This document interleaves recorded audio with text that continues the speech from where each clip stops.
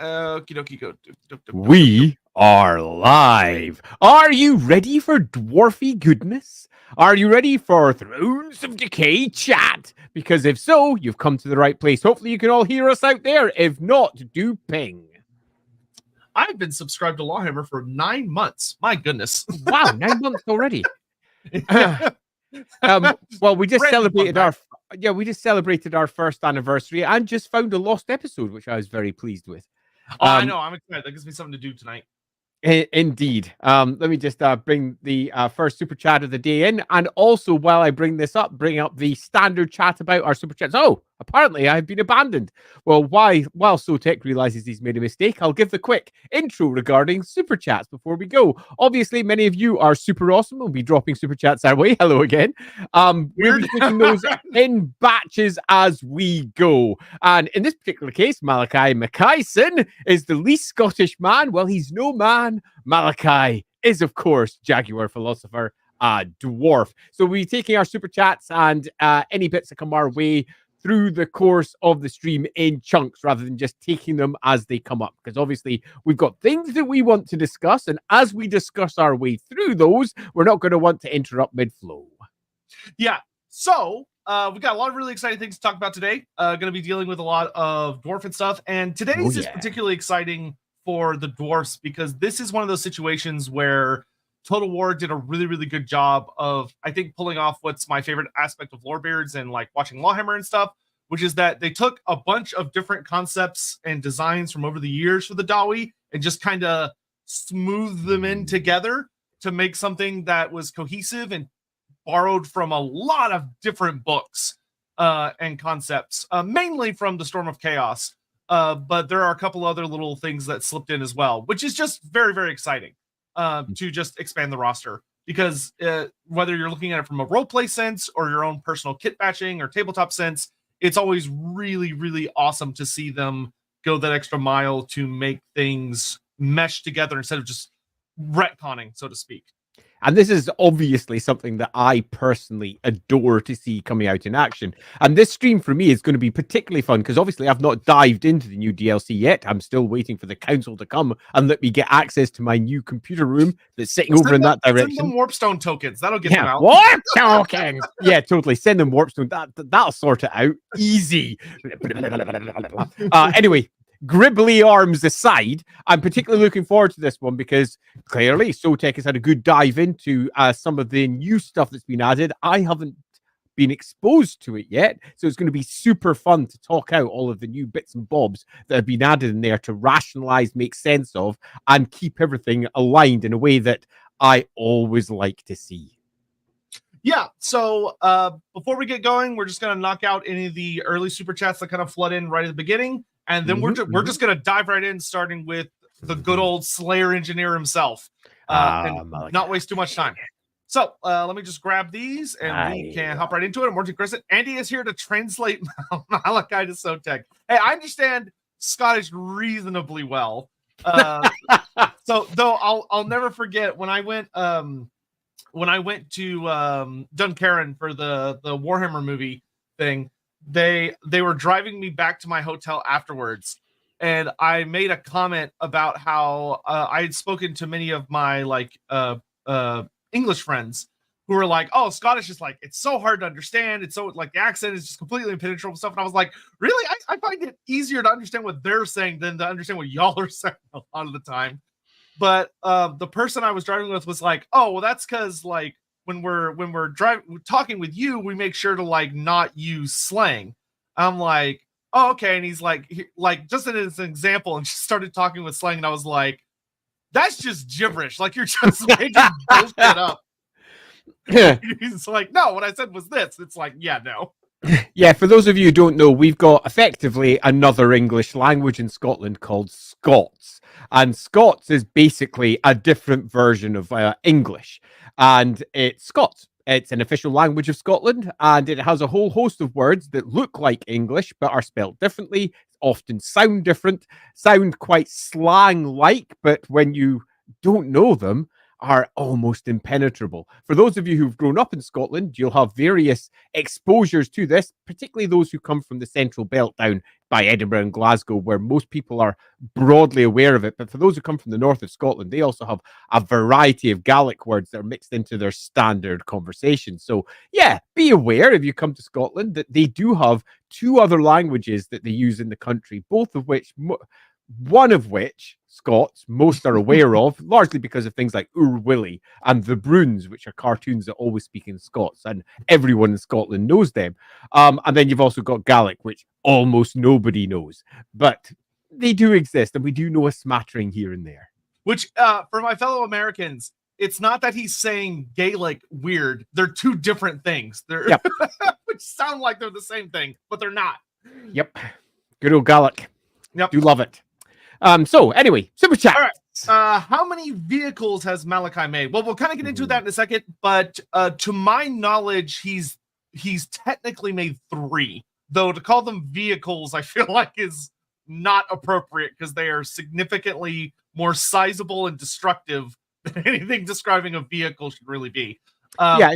And if you take a look at the character as a whole, which we'll be discussing to a degree, I think it's fair to say that these are the culmination points. These are the big things that he's worked towards. So it's quite likely he's had a variety of other prototypes, smaller vehicles, extra small pieces that he's worked on before he reached those points. So the answer to this is almost certainly more than is actually openly discussed, but at the same point, the only ones that are official, 3. Yeah. Hammond, if a wizard is a lieutenant, will a supreme patriarch be a right tenant? Yeah, no. Good old British spelling of lieutenant. Pardon me, pronunciation of lieutenant. Yeah, that always drives me crazy. Lieutenant. We are lieutenant. It's like, where's the F? There's no F to be found anywhere. That's a whole extra conversation. Yep. So God is risen. Gonna love these 3 episodes. Yeah, they're gonna be super fun. They're gonna be fun. Arch Warlock, Malakai seems to be the one Slayer who, if Get Out of Slayer free card exists, would use it. I don't necessarily fully agree with that, but we'll get into why that is in a minute. Yeah, there's just loosely, there's lots of different people different dwarfs who become Slayers, many of whom have got different reasons, many of which they will regret for being Slayers, but that doesn't mean that they would not take their oath seriously, even if there was a way out of it. Yeah, plus he's different. He's built different, which we'll get into. If a dwarf takes the Slayer Oath and then as a Slayer does something that makes him feel that he has to take the Slayer Oath again, does he have to find his doom twice? No, usually they just get really, really sad and really, really drunk. Literally just go read Gotrek and Felix. It happens to Gotrek at least like 5 or 6 times. Absolutely. I mean, 100%. They are already lost. They are not going to get more lost by just getting lost again, so to speak. From a scale to 1 to 10, how would y'all rate Malakai's Riz, Mewing, and Gat? I'm going to go with a strong 5 because I understand that terminology about as well as Andy does, I think. There you go, it's a bloody nice one. Yeah. Hammond, Scots. Andy speaks Scotch tape. I knew Andy liked duct tape a bit too much. Yep. Totally do. That's what's keeping my house together. Is that why it floods so yeah, totally. So bad. If you don't mind me asking, will y'all briefly discuss some of the free updates like the FLC Lord and Gelt's New Star? Yeah, we can touch on that kind of in the end and like you know what, we can just knock it out right now. Very go for briefly. It. Sit back and listen. But yeah, Balthazar Gelt going to Grand Cathay, very cool, very nice. Like that. The CA dubbing it the Alchemical Romance was hilarious. A really good one. So if I heard correctly, I believe they patched it to slightly change the name, and I think that's probably because they got in trouble for that. But I mean, really, would they? I have to double check it, but I could swear I saw a post on Reddit where someone pointed out that they changed the name of it. Because I think that implied that there was like an actual romance between Zhao Ming and Gelt, which I'm totally fine with. I'm totally fine with that. Yeah, and they might have shifted it, but I have to go look at it. But it works really, really well. And also the fact that Gelt has a whole storyline where it's about how well you want to work together with the Iron Dragon, versus do you want like the Empire to kind of like prove its own superiority, and try and like dominate Cathay. The fact that it allows player choice to choose what kind of man Gelt ends up being, that's great. More of that, cool. The new Metal Wizard, awesome. Like now we have all 8 colleges of magic represented, which is awesome. The fact that the colleges of magic would be heavily invested in the Supreme Patriarch and investigating Cathay and all of Cathay's understandings of magic makes complete sense. And super perfect and awesome. And then changes to Karl Franz, great, makes him feel more like the Emperor. And the fact that he's able to like issue edicts and kind of, if he builds up enough influence with the other elector counts, he's able to kind of maneuver the political system for various benefits. That's kick-ass, makes a lot of sense, and that's how he works. The fact that there's a technology that allows you to make him into the greatest statesman in the world, called the Conclave of Light, that allows him to manipulate the politics with all of the Order factions. Awesome, super great, very thematic. And you have to earn it, which is nice. So yeah, it's good. Very all nice, good, solid, great. So hopefully that's enough of that for you. But don't forget that we'll be talking about the Empire not next week, but the week after. Yep, 2 weeks time. Next week is Nurgle. So great. Let's see. What did Lindsay say when Andy turned into an exalted great unclean one? Great Scott! The name's Andy, not Scott. Thanks. The laughing god. Gotta work during this, and they're cracking down on earbuds at work. Oh. Well, the good news is the VOD will be there for you afterwards. All right. So let's get into it. So today we're focusing on Malakai Makaisson and the dwarves that came along with him, which is mostly slayers, but also does include various engineering bits, which is super duper fun. But we're going to start with the titular slayer himself, the Slayer Engineer, who, of course, primarily appeared as a notable supporting cast member for Gotrek and Felix, being a crazy Wazak from Gotrek's past who showed up during Skaven Slayer. They bump into him, and he introduces them to his mighty airship, the Spirit of Grugni, which originally was not a thunder barge. It was simply a lighter-than-air airship that had all sorts of different kinds of upgrades. Like it had like a little platform that could launch little gyrocopters.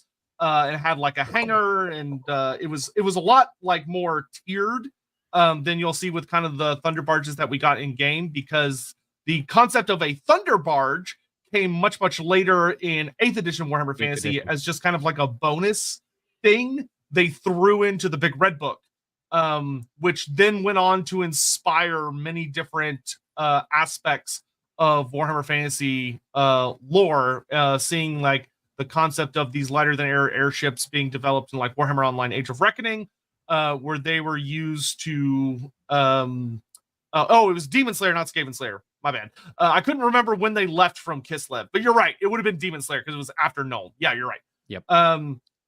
But as far as who Malakai is, one of the most interesting things to start with that I'm going to let Andy talk about for a minute is that there is a very random mention in the because Malakai gets a little excerpt in the Storm of Chaos where he featured as kind of a Regiment of Renown type character, where it mentions that he's from a place called Dwemerdim Vale, and it just says the Dwemerdim Vale is a isolated location somewhere in the north, which is said to account for Malakai's bizarre and unique accent. And that's all it says.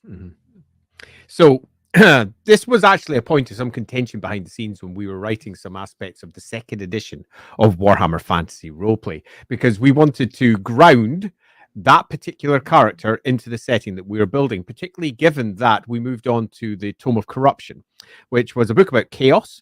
And you might think, well, what's that got to do with dwarves? Well, we detailed Norska in that book, and we dived into what it was like to be a Norscan. We dived into the Norse dwarves to a degree as well, and there was a conversation that was had. It basically boiled down to, is he a Norse dwarf? Is that what he is? Is that what accounts for the accent? And there was actually some discussion behind the scenes, which pretty much could be summed up with, no, he's Scottish. So behind the scenes, it was generally done that Dwemerdim Vale, and in one of the maps I was going to do for Albion, Dwemerdim Vale was actually included on Albion in the north, the very, very north. That map was going to be based on the Oh, if as I recall, that was the Dark Shadows map with a couple of extra bits taken from some old novels, including a variety of bits and hints at things like Death, the old scenario for Warhammer Fantasy Battle 3rd edition. It was going to have a couple of those bits dropped in there as well. There was also a novel, I forget the name of it, Storm Warriors. That's the one that added a variety of details where a bunch of elves crash into Albion. So it was going to add in a few extra details from that as well. And Vale was going to be dropped in the top of that map. But that never actually happened. That map was never published. The ideas behind it never came to light, and it was shelved. Now, when I was working on the next book where Albion was going to drop up, which was going to be the first set of books to follow The Enemy Within for Warhammer Fantasy Roleplay 4th edition, that got dragged out again and was going to be a thing again. But never happened. And never happened because I resigned from that job and moved on. So all of the conversation that happened behind the scenes as to locating it, whilst it happened, has never actually hit any of the official books at any point. So all of that is just one way of saying, at the moment, Dormitory Vale could be anywhere. It could be in Norska, it could be in the north of the Empire, it could be in Albion, it could be somewhere else.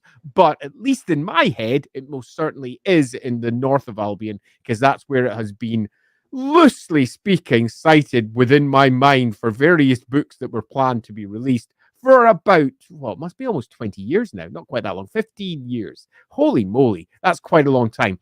I'll also say one other thing before I move on from this.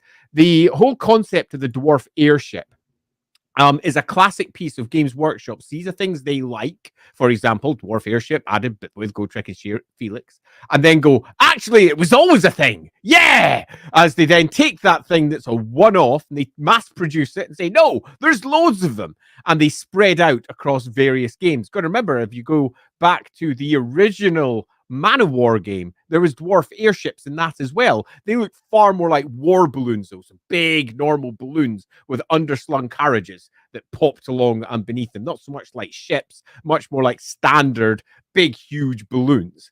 But they were fun. I used to quite enjoy playing with those, and they used to go against Imperial Griffin Riders and various other flying ships from Tzeentch, for example. So the whole idea and concept of the war balloon, the Thunder Barge, has been around inside the setting for decades in one fashion or another. But you tend to find that everything that started off with a quick, there's one of these, very quickly, as Games Workshop has what is effectively writers looking at things they think are cool, going, hey, let's make that more, because that's awesome. And they start dialing it up to 11. Or indeed, let's have 11 of them now. So there's now a whole bunch of Thunder Barges all over the place, and no longer is our favorite Slayer engineer doing something that's relatively unique. It's now something that's happening across the good old because like the Caracan. Yeah, in 8th edition, they introduced this part, which is what the Total War Warhammer version is literally based on, where it's like almost a little Viking ship with front-mounted cannons and a bunch of dwarves on it.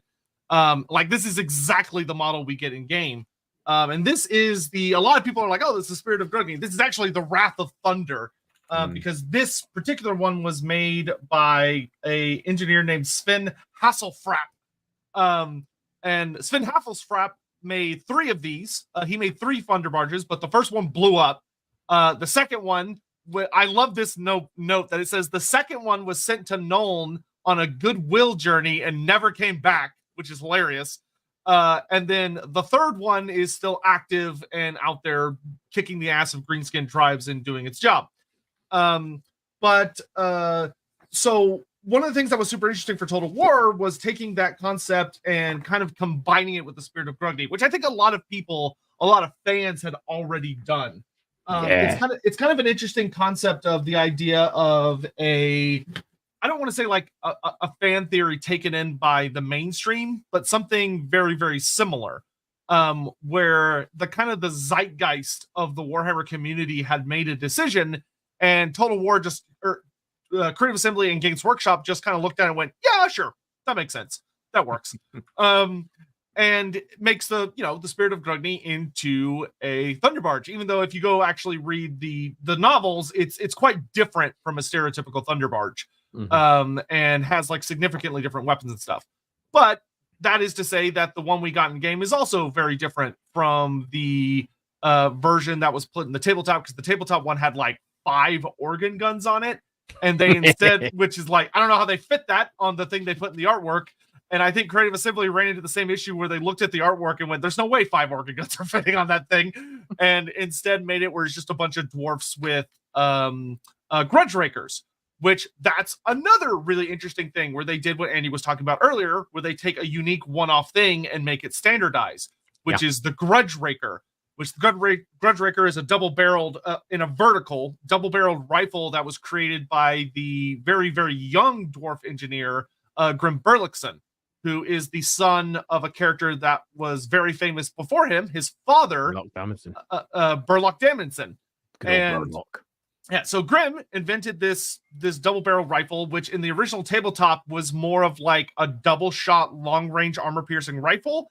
Yep. But then Vermintide came along. And when Vermintide was making its various weapons, they looked at the dwarf, Barden, the dwarf ranger. They were like, okay, we need to make a bunch of different weapons for this character. And they looked at the grudge raker and they were like, all right, we already have the dwarf handgun as a rifle. So what if we made the grudge raker a shotgun, where it's just a double-barreled shotgun? It's vertical because dwarfs. And everyone looked at that and went, yeah, that's pretty fucking cool. That's pretty cool. So then when Total War comes along, they just look at that and go, yeah, we're going to do the exact same thing. So because of the video games, the grudge raker got adapted from being a long-range double-shot rifle into essentially a shotgun. Yeah. Which is just a really fascinating evolution of a particular weapon, and it's been standardized, which kind of I love as a lore concept because it would show that the dwarves in the modern age are having to start kind of by force accepting that there are, like, when they come across a technology where they're like, wow, that really works, that they're adopting it significantly quicker than they ever would before. Like the idea that Grim Berlichson's grudge raker would become so prolific where it's showing up throughout the Karazhan Corps, and he's like maybe 100 years old, probably less.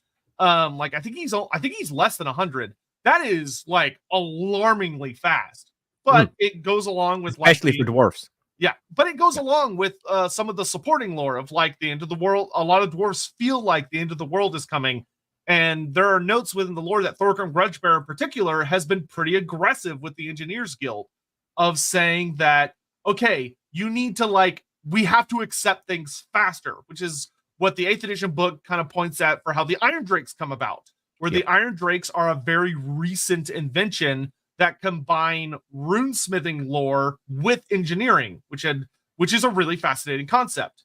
But that stuff is very, very fun when it comes to like the getting. So in Total War, we now have Thunderers with Grudge Rakers as just a new standard unit. Yep. And they're essentially a blunderbuss unit, which is it's just fun. And honestly makes a lot of sense that a blunderbuss / shotgun technology is something you figure the dwarves would have invented ages ago because they fight greenskins and Skaven. You figure your go-to weapon would be something that is good against hordes, mass forms of infantry, which kind of is always kind of a weird thing that wasn't something that they had very well standardized prior to fairly recent stuff. Though I'm sure those kinds of weapons did exist like within like the roleplay game and stuff. They did. Of like the blunderbuss, but you never saw it on a tabletop, which is kind of interesting.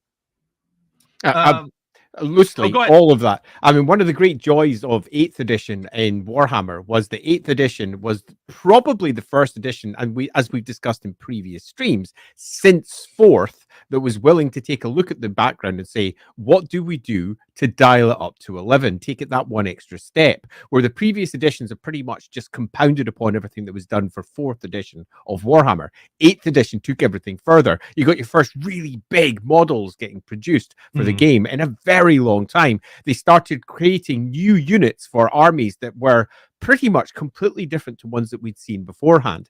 And whilst almost all of them were an extrapolation of the existing technologies and what do you think they would have next, and going, well, let's finally make it. For some species, that made less sense, like the dwarfs. The dwarfs are known for let's say the opposite. They're not known for their innovation. They are known for their solid, sturdy, slow progress builds. And to see them just going, you know what? Yeah, well, that might be the case, but we're going to turf that whole thing about dwarfs aside so that we can start bringing in some new units, bring in something that will make the dwarfs interesting and impactful again, is, I think, one of this 8th edition's strongest aspects, because it added something new, and it was a little bit sad to see that be the last edition, because clearly there were several armies that needed to have that upgrade. Bretonians! And it never occurred. So we were left with some really cool upgrades, particularly for the Empire Dwarfs or whatever, and other armies completely left behind. I'm also going to drop a quick image over into the comments, just if anyone wants to click through. That's the original Man of War Dwarf War Balloons. Which are worth looking at just because they're proper old, they're proper crazy looking, and that's what the first models used to look like for the dwarf war balloons and where they came from. So it's not a new idea, but the idea we currently have is certainly a whole hell of a lot cooler looking. Yeah, I believe it was that 8th edition art piece that took the concept from kind of the standard like war balloon to more of a Zeppelin type focus. But one of the things that's also super interesting when it comes to the Thunder Barges in particular, an author that did something really, really, really, really cool with the concept of Thunder Barges was, oh man, I never realized that they used 3 different authors for that trilogy. That is kind of wild. But the War of Vengeance series, which I always thought was one author, turns out no, each book was by a different author.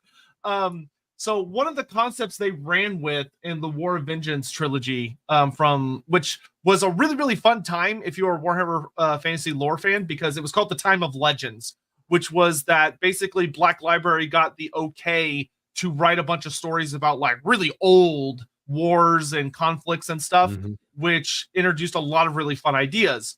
And in many respects, just to loosely interrupt on that, they were looking at the success of the Horus Heresy and how much it had brought to the lore of 40k as a whole. And they were gently attempting to reproduce that with Warhammer, to go back into its past and say, what is Warhammer's Horus Heresy? And it turned out it was lots of smattering different bits of time and examining each one. And nowadays, what's Warhammer's history? Well, it's the old world. And Age of Sigmar is the current world. So they found their Horus Heresy. It is Warhammer. But at this point, they were loosely exploring exactly what it was here all along. It was there all along, exactly. So one of the really fun ideas that was introduced by the author of that book was that he posited that the Thunder Barge was actually an old invention. That the original Thunder Barge had been invented during the War of Vengeance by the dwarves as a counter to the dragons. Because one of the things the authors was exploring was how did the dwarves deal with the dragons of Ulthuan? Of that, these dragons are incredibly powerful. There are tons of them. They're being ridden by elven mages and elven princes that have all sorts of crazy magic items. And when you look at the dwarves next to that, you go, man, they're going to have a hard time dealing with that. They really are. Yeah, and so the way the author kind of tackled it was, well, what if I made it where the dwarves invented these lighter than air giant warships as a way to take down the dragons? But the thing I love about, I don't know which exact book it was. It might have been Master of Dragons, which is the second book, which is by Chris Wright. He was trying to also deal with, well, why don't they have this technology now? And his answer was that, I don't want to give away all the spoilers, but there is a entity within the book that is messing with various forces by helping some, hampering others. And one of the things that it does is it introduces the dwarfs to warpstone, and that this particular engineer had learned how to purify warpstone. So to make it safe to use as a fuel source, and he was using that for his lighter than airships, which made them horrifically powerful. But the problem, the downside to his warpstone fuel was that it was also extremely incendiary. It was explosive, where if certain kinds of now, what he didn't realize is that if normal fire interacted with it, it'd be fine. But if magical fire interacted with it of a sort, it would be very bad. And there's a whole background plot to he eventually gets sabotaged by an enemy of the dwarfs who does not want the dwarfs to realize that they could actually get away with using warpstone as a purified fuel source. Because if they did that, dwarf technology would advance very rapidly. And so this entity ends up sabotaging it, and the dwarves see all the explosions and stuff and go, "Oh, we must never use this again," because it kills so many other dwarfs. Like, it causes the port of Barak Var to almost be flattened after an explosion goes off where they had been refining it.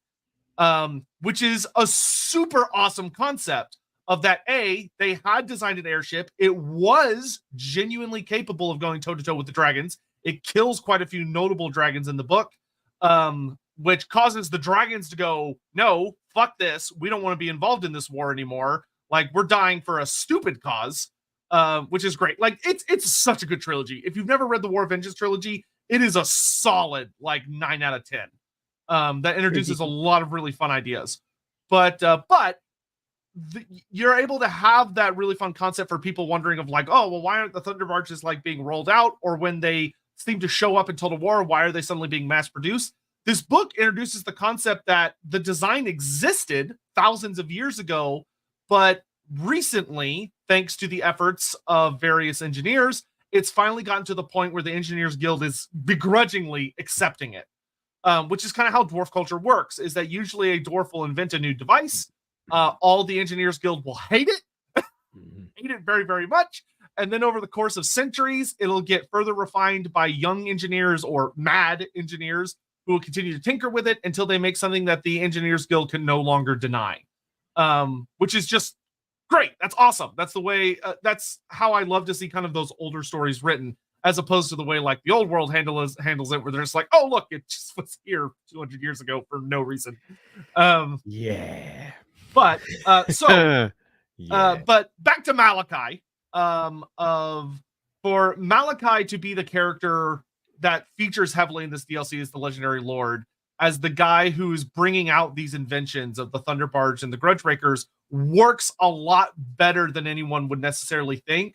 Because one of the things that's super interesting about Malakai is obviously he's a slayer while also staying an engineer.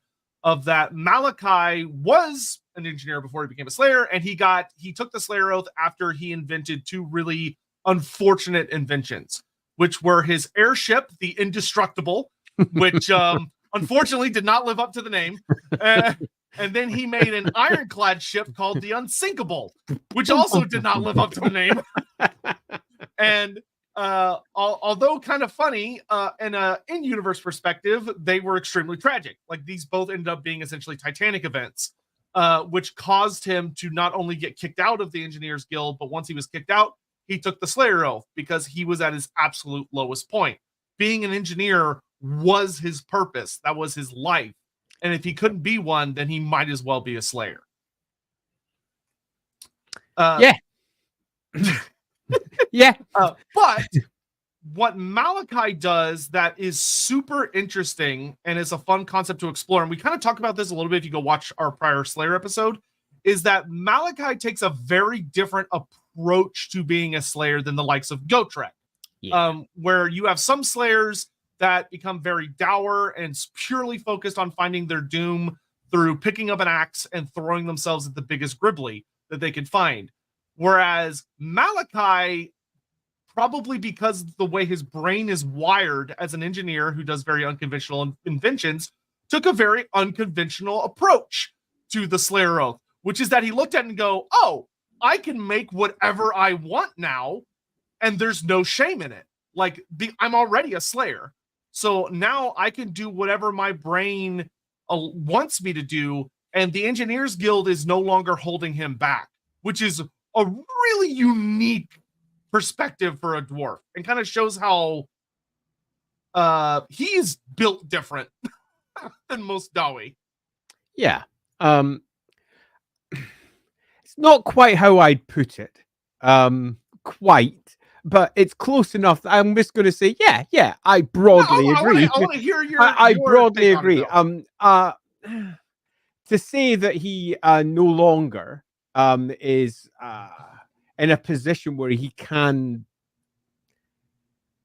build these perhaps crazy things. Well, he is in a position where he can build those, and he no longer is dealing with the shame of it. I wouldn't necessarily put it that way, because the shame that comes with being a Slayer is all consuming, as we've discussed in our previous I guess I mean, like, there's no longer a threshold of like if an invention fails, there's no like he can't get any lower. Yeah, he can't get any go lower. any lower. Yeah. Yeah, no, that's fair. He can't go any lower. Plus, anyone that's being involved with his inventions, should they be foolish enough to attempt to board the unsinkable, so to speak, are almost certainly not going to respect him. They're dwarves, meaning that they just won't, to begin with, at least, until it's a fully proven thing. So, yeah, I can take that to a degree. Yeah, sure. Yeah, and when you read through the books, you'll see that a lot of the dwarfs that go with Malakai on his various, like the Spirit of Grugni, or on some of his adventures, they tend to be not the most standard dwarfs. They're either particularly desperate, or they're also slayers a lot of the time, or they're kin of his who have also ended up taking the Slayer Oath, or are bound to him through some kind of oath that they decide to keep fulfilling, which leads to him having very unusual motley crews. When the idea for this DLC was kind of getting in the zeitgeist of the Total War community, I initially was very against the idea of Malakai being a legendary lord, because to me, the idea of him leading a dwarf faction was like ridiculous. Yeah. Quite. Yeah. And like to an extent, that is true. Like the idea of him leading an army of dwarfs just wouldn't happen from a lore perspective. But what changed it all for me very, very much was realizing that if Creative Assembly is going to expand the dwarfs, the best thing that they still had to work with was the Slayer Throng of Karakadrin from the Storm of Chaos, which, for those unaware, the Storm of Chaos was, although the ending was not great, the beginning was fucking fantastic. Really was. Of a super exciting, it was way better than the end times for like the first half, I would say, of this brilliant summer campaign that, instead of just coming out and being like, oh, hey, we're doing a summer campaign, just take your armies and have fun, they came out with this rule book here that was the size of a full army book that introduced a bunch of different sub-factions with a bunch of new units, a bunch of new characters, a ton of new models that were pretty much exclusive for that summer. But one of the various factions they've introduced, many of which now exist in Total War that you're familiar with, such as Grimgor's Ard Boys, which made Grimgor Ironhide and all of his like big boys, and a very Black Orc centric faction. The army of Minheim or Minland, where you got like Boris Todbringer and R. Ulrich and the Wolf Priests, and which a lot of people have fallen in love with those and are really eager for them to one day show up in Total War, which I think they will. The Cult of Pleasure, where Marathi combined forces with, or was manipulating the demons of Slanesh to her bidding, which has shown up in Total War, etc., etc. And for the dwarves, they got the Slayer Army of Karakadrin, which explored the concept of what's going on in that Slayer keep up there, and what kinds of Slayers are there besides just the generic, naked guy with 2 axes and a mohawk. Like what? And it also gave us the great engineering marvel. That is the axe. Oh man. So loosely, at that time, the Storm of Chaos book, when it first came out, it was a fascinating time, because the book was just redolent with cool new details for factions that we thought we knew well, and particularly took the Slayers and added +1, significantly developing them, not just with having a quick examination of the Slayer King and the Slayer King's son, having a good discussion about different ways that the Slayers may manifest. All of that was super cool at the time, and that's one of the reasons why I'm particularly keen to see how this DLC actually plays out, because obviously I've not played it yet, because they've added in several of the details from that, including Gargrim, and allowed them to play out. So I'm really looking forward to seeing how they appear in the game. And I also think that adding in the Ulrichans would be super cool into Total War. It was at the time big, and it was big because it was almost the first admittance from Games Workshop that the Warhammer lore as a whole still stood. Now, that might come as a bit of a surprise for many who are like, well, Warhammer lore, it's a thing, isn't it? But the battle game had been going in such a significantly straight direction with the Empire for several years that there was a general belief that there would never be a warrior priest that wasn't Sigmar, ever. Mm-hmm. They'd never hit the battle game. The battle game was only Sigmar. The Empire was Sigmar. The other cults, the other gods did not matter. They would be nothing more than the occasional mention in an army list, as in, oh, there's this other god, but who cares about that? But this is the first time that we not only got another faction worshipping a completely different deity, but they were on the battlefield with new really cool models that you could paint up. I obviously turned those immediately into Blood Bowl players for my own Blood Bowl team of Ulricans, because why the hell wouldn't I? Middenheim Wolves for the win. But it was a fascinating era, and it's super fascinating now to see that as Total War 3 has pretty much incorporated the vast majority of the standard lore, that they're now reaching out and taking all of these other smaller parts and incorporating them too. So it does make me super hopeful that we will one day see the good old Ulricans on the battlefield.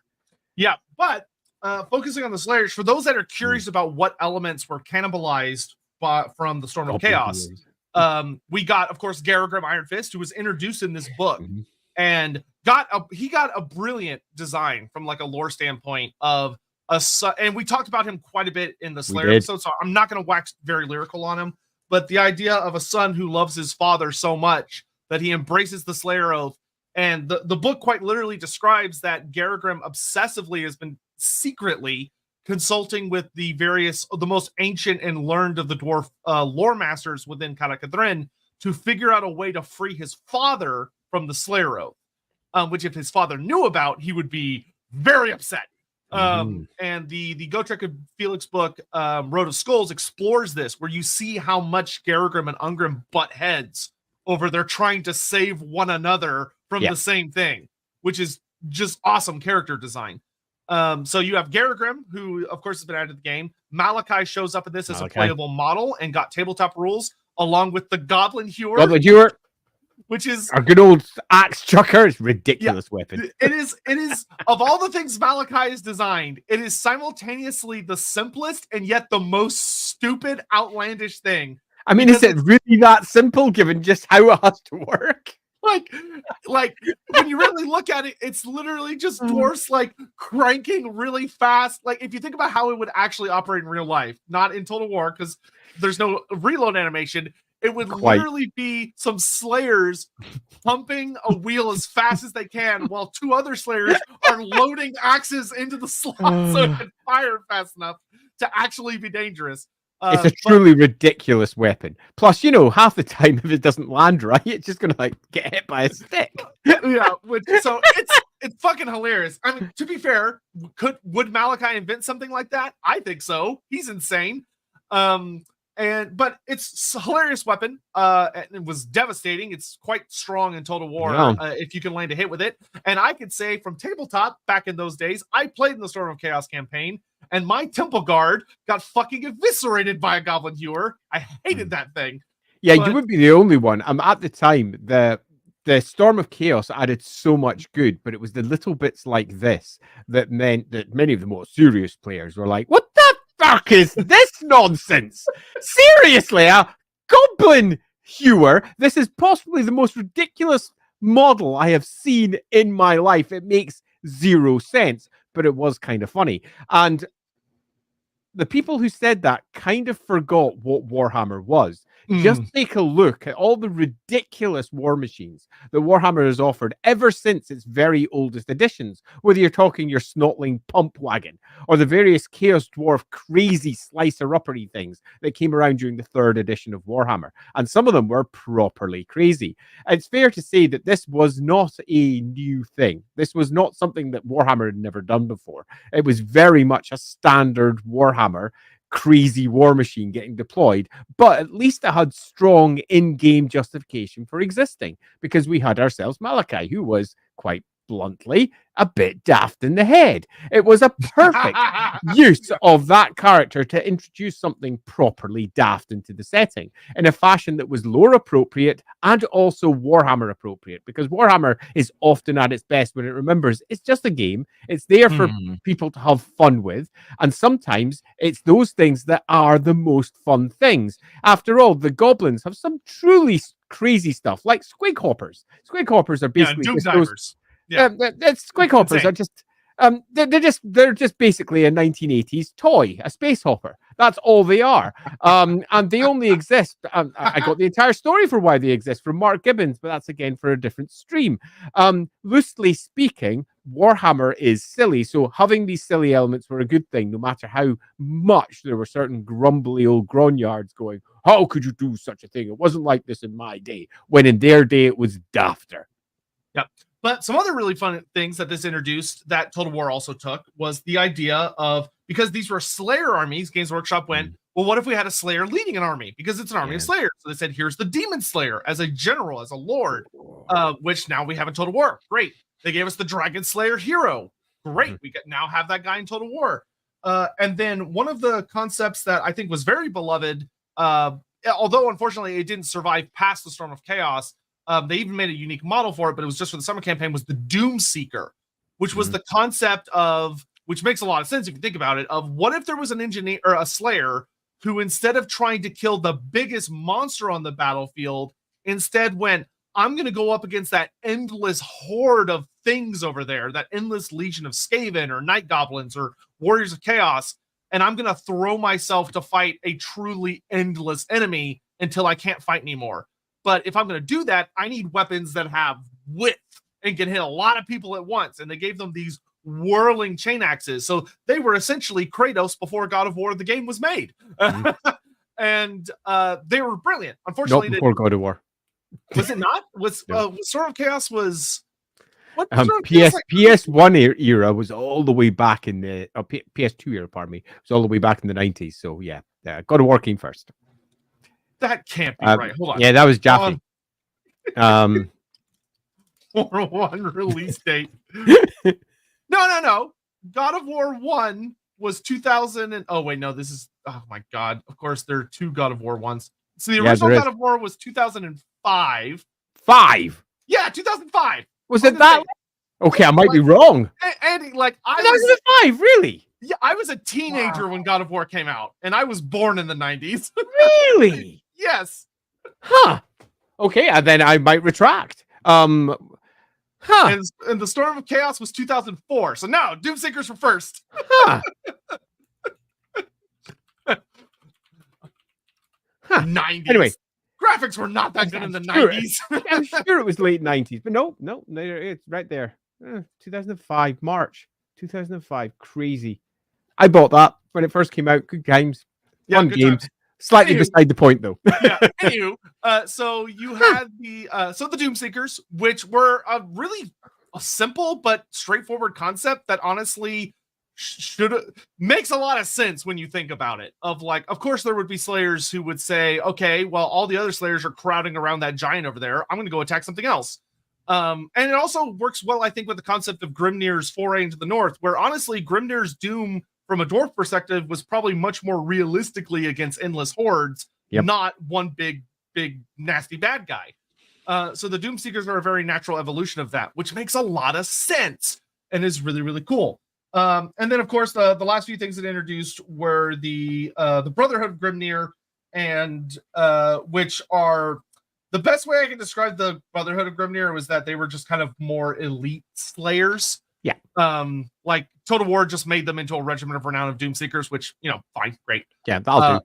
And then they took the Long Drawn Slayer pirates from the Dogs of War book, which was from the prior edition, and made them into a standard part of the roster, which Total War looked at that and went, what if instead of but you can only have one because it was Long Drawn Slayer pirates. So you just got the Regiment of Renown. But Total War, of course, looked at that and went, what if I made a standard version of Slayer pirates? So you just have a shitload of Slayers with swords and pistols. which is great. Though I love the swords they Really got like in it. Total War are really fun because they're dwarven styled swords, so they look super unique versus like any other sword in the game. Where they have like they have such a unique design. I don't know if Andy's seen them yet. I don't know if I have. I'm gonna Grab a link. That'd be super fun. yeah. I'll pull up an image in a second if you want to rant about one of the things I just talked about for a hot sec. Your choice. Okay, so one of the things about good old Long Drong that I absolutely despise is how much those frickin' Slayer pirates minced my Empire army. It's an entire aside that has literally nothing to do with anything, but when the Dogs of War first came out, a very long time ago, but let's be honest, I shouldn't put dates on anything now, because apparently I can't even remember when God of War was released. But yeah, when they came out, a friend of mine just absolutely loved pirates in general. So try to field as many of them as you could. The most ridiculous unit you've ever seen. And in many respects, that makes me very pleased to see what Total War has done with him, because he would be very happy with where they are. So have you got the picture? Yes, I posted it in the our Discord chat. Okay, so I'm going to go check that while I'm also... Oh, interesting. Oh, so yeah.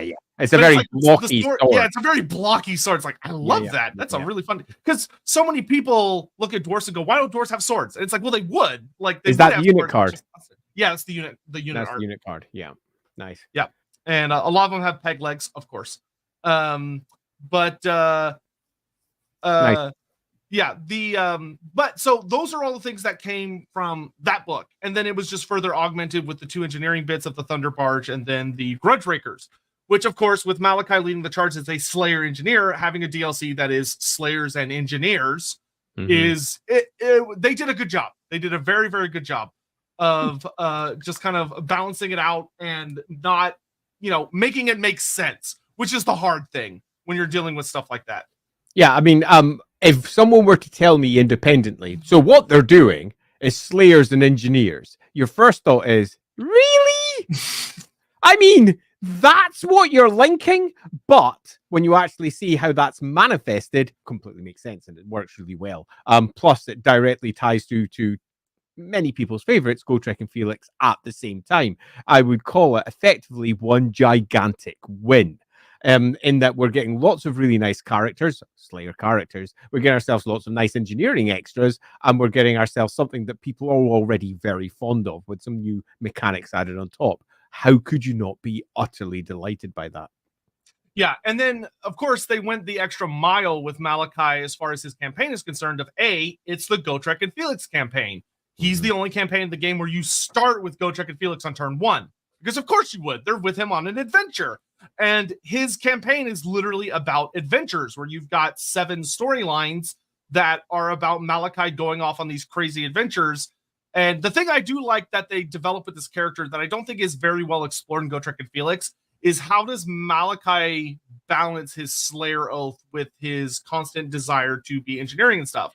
Because a lot of people like Malakai, for like when you're looking at his life story, after he becomes a Slayer and he kind of wanders around for a while, one of the places where he actually found stability, which is really fascinating, is that he ends up becoming a bit of a hero in Kislev, thanks to the Spirit of Grugni, which allows him to get from place to place very quickly. And he gets like official commissions from Tsarina Katerin and from various elector counts because they want him to bring the Spirit of Grugni. And hilariously, he ends up getting a teaching job where he becomes like a professor at the gunnery school in Nuln, which is hysterical.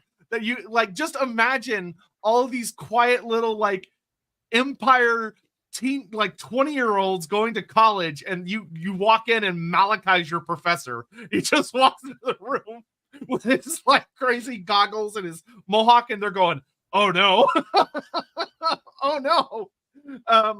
One might say his teaching methods are probably a little unorthodox. I think that's fair to say. Bits like that always amuse, for all they perhaps undermine the very nature of the Slayer Oath and everything that it stands for.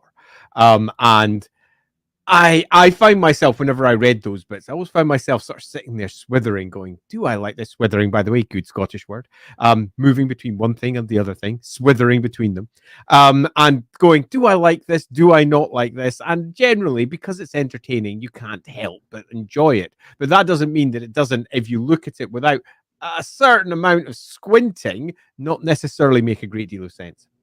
Yeah, though I will say it also, I think, served well to, especially when you're seeing it from Felix's perspective, act as a contrast to how Gotrek acts as a Slayer, where Felix looks like, oh, this could be a potential life for Gotrek, where it doesn't have to be purely about doom.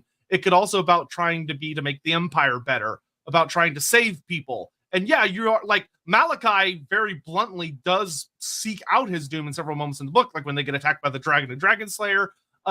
He just cares more about like protecting people than he does about seeking his doom, which is interesting. And also kind of shows in some ways he doesn't necessarily take his Slayer Oath as direly seriously as Gotrek does. But when you think about it, Gotrek's sin was also a lot more personal. Think it matters. I don't think it matters. That also doesn't matter. Not for a Slayer Oath. I mean, it's an oath, and Dwarven culture really does drive that home, which is why I always found him as a character more difficult to rationalize along with the dwarfs as they are and the Slayer Oath as it is. Doesn't mean I don't like it, doesn't mean I'm not happy with it, but it does mean that it's one of those characters you look at and go, that perhaps needs a slightly more deft hand to ensure that it nails it down into place. I'm glad you said that, because it reminded me the thing about him in Total War that made me like their iteration of him so much. So what Total War does is I think they explore that, which is they go, why is Malakai able to do this shit and still be a Slayer? And the way Total War runs within your campaign when you're going through the adventures is that Malakai, you are actively seeking his doom in all 7 adventures against various big, nasty, big beasties. But what Malakai basically says in the little quotes you're reading is that Malakai strongly believes that in order to achieve his doom, he needs to try his absolute damnedest. Yeah, indeed. And in order for him to, and so the way he approaches that is he says, I have to use the full breadth of my engineering knowledge to make the best weapons I can, the best augmentations I can, and to throw them at the most horrible monsters that plague the old world. And if I die, I've achieved my doom. And if I didn't, well, at least I made these weapons a little better, and it's on to the next adventure. And that's where it works well when you're looking at the situation of the Slayer Oath, the dwarf, let's say, culture and mentality, and how that then expresses. To simply have him, for example, I'll take up a teaching position and sit there being a professor. Obviously, I'm exaggerating slightly here. That undermines that. But if there's a host of reasons behind each part, which ultimately dives back to the obsessive nature that he has to build that thing, to take on that thing, and everything leads up towards that, then it starts to make more sense, which is why I say a deft hand to gently explain that character in a fashion that doesn't undermine what dwarfs are and doesn't undermine the Slayer Oath is always useful. And as we know, the Slayer Oath has gone through various iterations over the course of time anyway. So as Malakai is one of the older Slayer characters out there, he's also one of those characters that's gone through more than one iteration of what it could be to be effectively reproducing Grimner's great oath as well.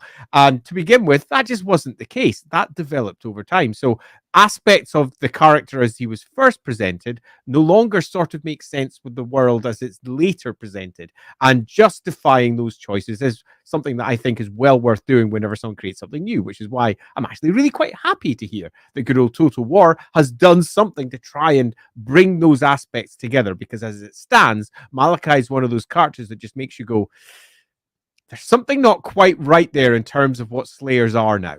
And it's really nice to see them going, you know what, you're right. And this is how we're trying to express it in a fashion that makes it make sense.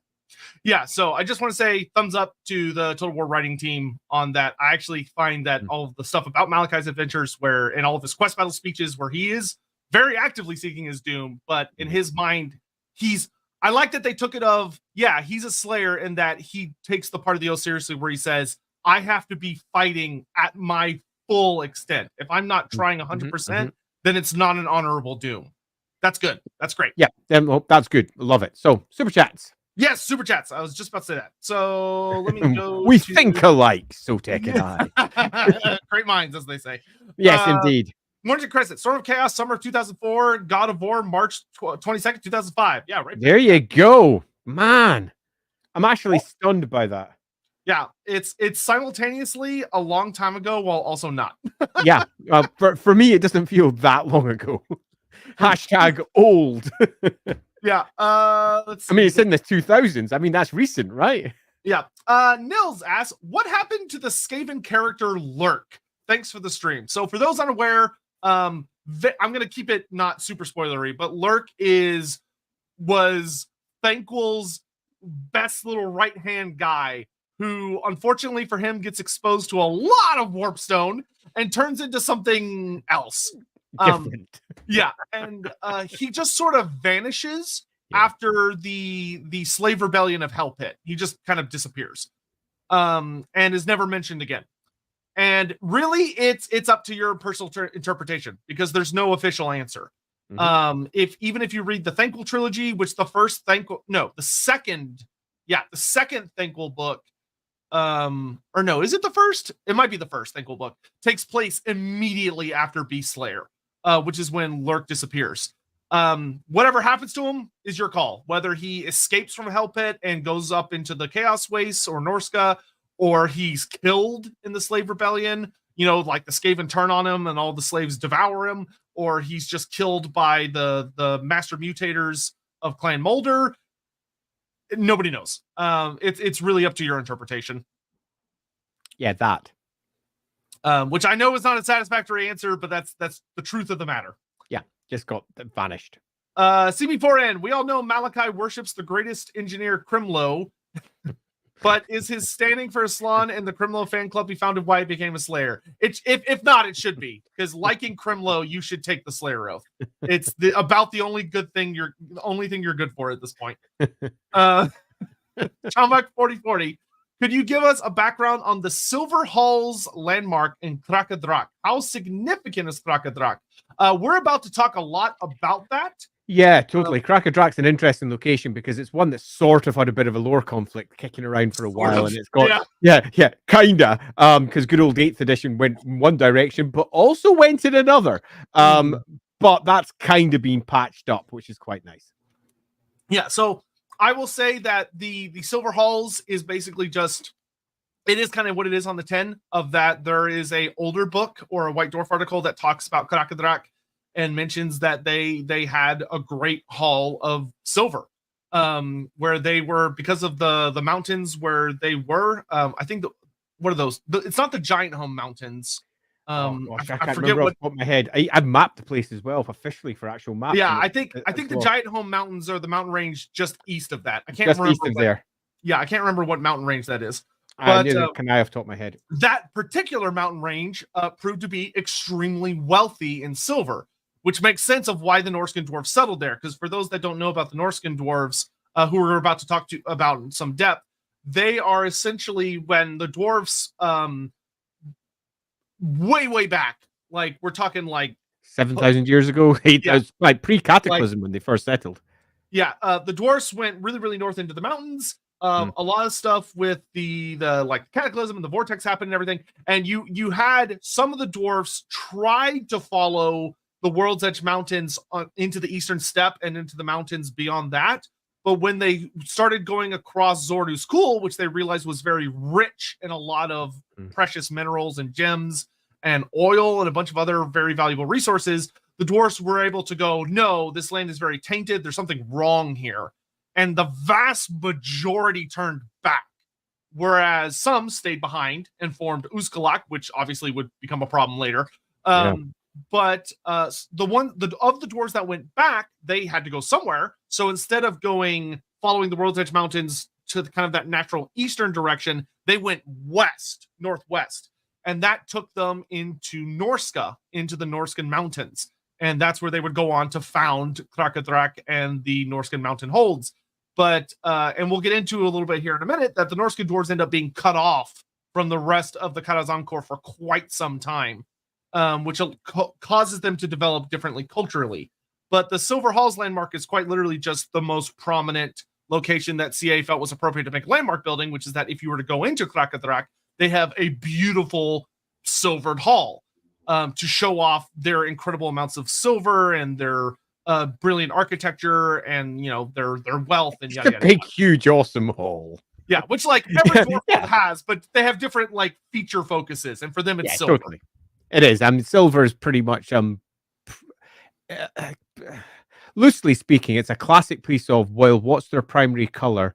White and blue, because they're Norse and it's all icy, isn't it? Yeah, I know, let's use silver because that will be a nice representation for what they are. So they use that white and blue silver tones throughout everything that they built as they were slowly but surely designing the background for it. So it became the great silver halls of Krakadrak.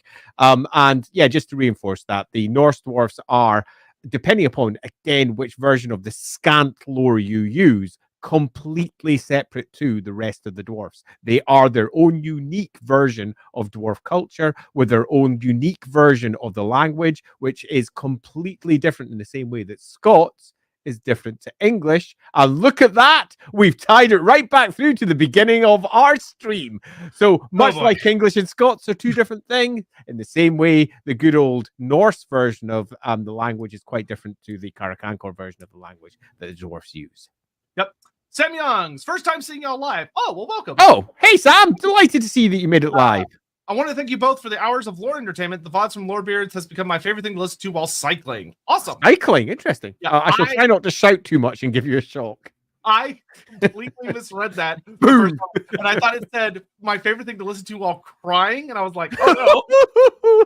It was like, oh, cycling. Oh, you're cheering me up. The lore is just so good. Let's see.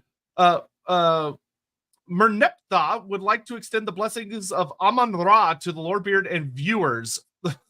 Hashtag Total War Pharaoh lives. Hashtag we are so back. Because Total War Pharaoh is getting some nice free LC updates. So yeah, apparently so. I saw that. I was like, look at that. Patrick Mulligan, who are your personal favorite Andes? I respect Hall, but I got to go with Chambers because his army books and rules are awesome. Law is fun, but I think Leask is cooler. I think we have an Andy Leask fan there. Just of the ones that are there, Hall is obviously awesome. I've spoken to him more than once. Chambers is great. I speak to him most weeks. Law, screw that guy. And Leask, who I actually play with each week, is also super cool. But I don't really have a favorite Andy. Just Andys in general are clearly the coolest people. Listen, I'm a simp for Law. I can't help it. I can't help it. I literally consume everything he does rapidly. Everything, even the stuff y'all don't know about. Anyway, Letter. Hi, gents. Slight off-topic question: are there dwarves on the mountains of Lustria, or is that a Total War thing? So, is that a Total War thing? Yeah. So there is the spine, the spine of Sotek dwarfs, which are a series of dwarf holds in the spine of Sotek mountains on the southern half of the continent. Okay. You mean that? No, that's Lustria. I'm thinking that's Southland. Lustria. Okay.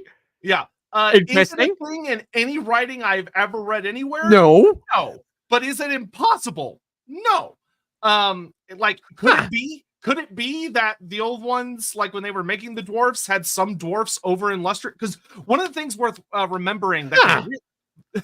And he's having a moment over there. Yeah, I am having a moment with that one. That's certainly a choice. One of the things that, and I mean, it was just to spice up what factions are available, in that part of the world. But one of the things that can really fuck with your brain if you're looking at the Warhammer world, trying to figure out what goes where and what races could be everywhere. Technically, according to the lore, the world used to be a supercontinent.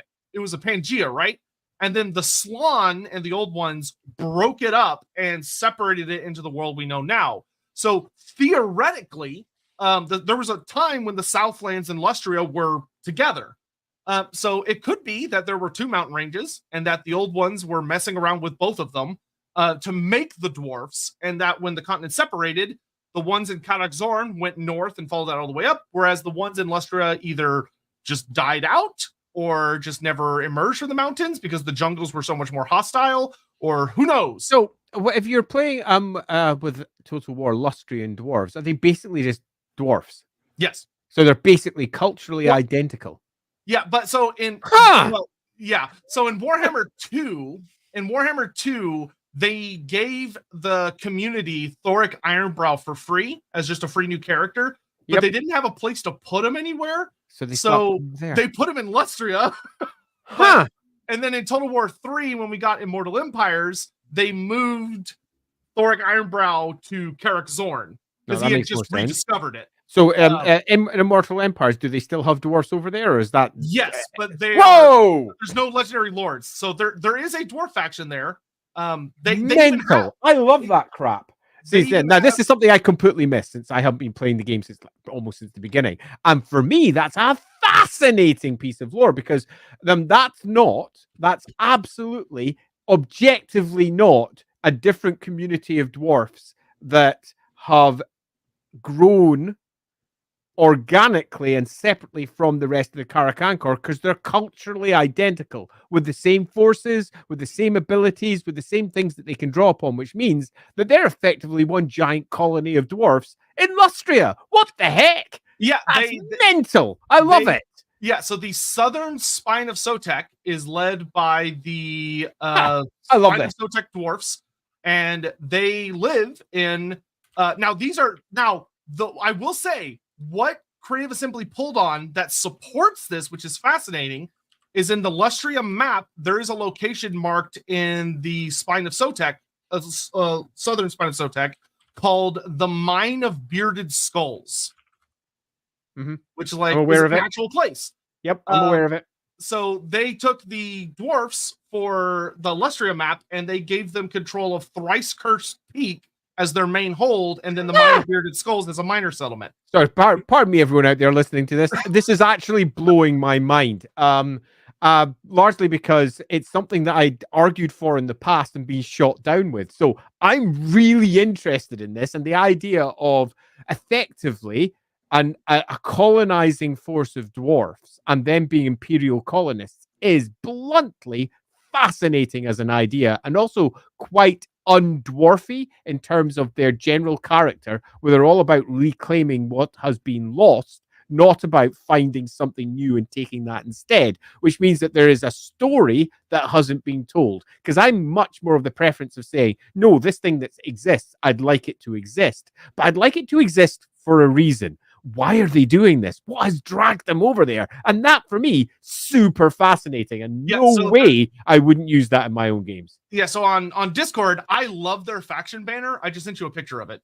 Oh, I'm going to go take a look at that. Because it's a Sotek serpent spiraling around a peak.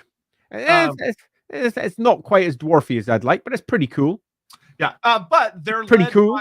They're led by a character called Hugrim Redax, and they're just kind of there, which is fun. Well, that is a thing, and a thing that I had completely missed previously. I love that. I will say, if you're a fan of Warhammer lore, if you play the Marcus Wolfhart campaign, which Marcus Wolfhart's whole gimmick is that he's in Lustria, and you can gather 4 legendary characters from the background of Warhammer who act as like unique mercenary heroes that have a bunch of upgrades you can get. What are those down there? And all of them are established characters from the background. And the dwarf character is a dwarf engineer who actually exists in the lore. And his whole gimmick is that he invented an ironclad that he made augmentations to, and he sailed it all the way to Lustria and made his way up the Amixon River, fighting the lizardmen and running battles along the river. He's a canonical character. I love that. So, like, dwarfs in Lustria, yeah, it's a thing. So I'm just going to sum up on that, because for me, that's sort of half blown my mind. I not only love that, I absolutely adore it, because it makes the setting a little bit broader and also opens up the idea that there might be dwarfs somewhere other than the World's Edge Mountains.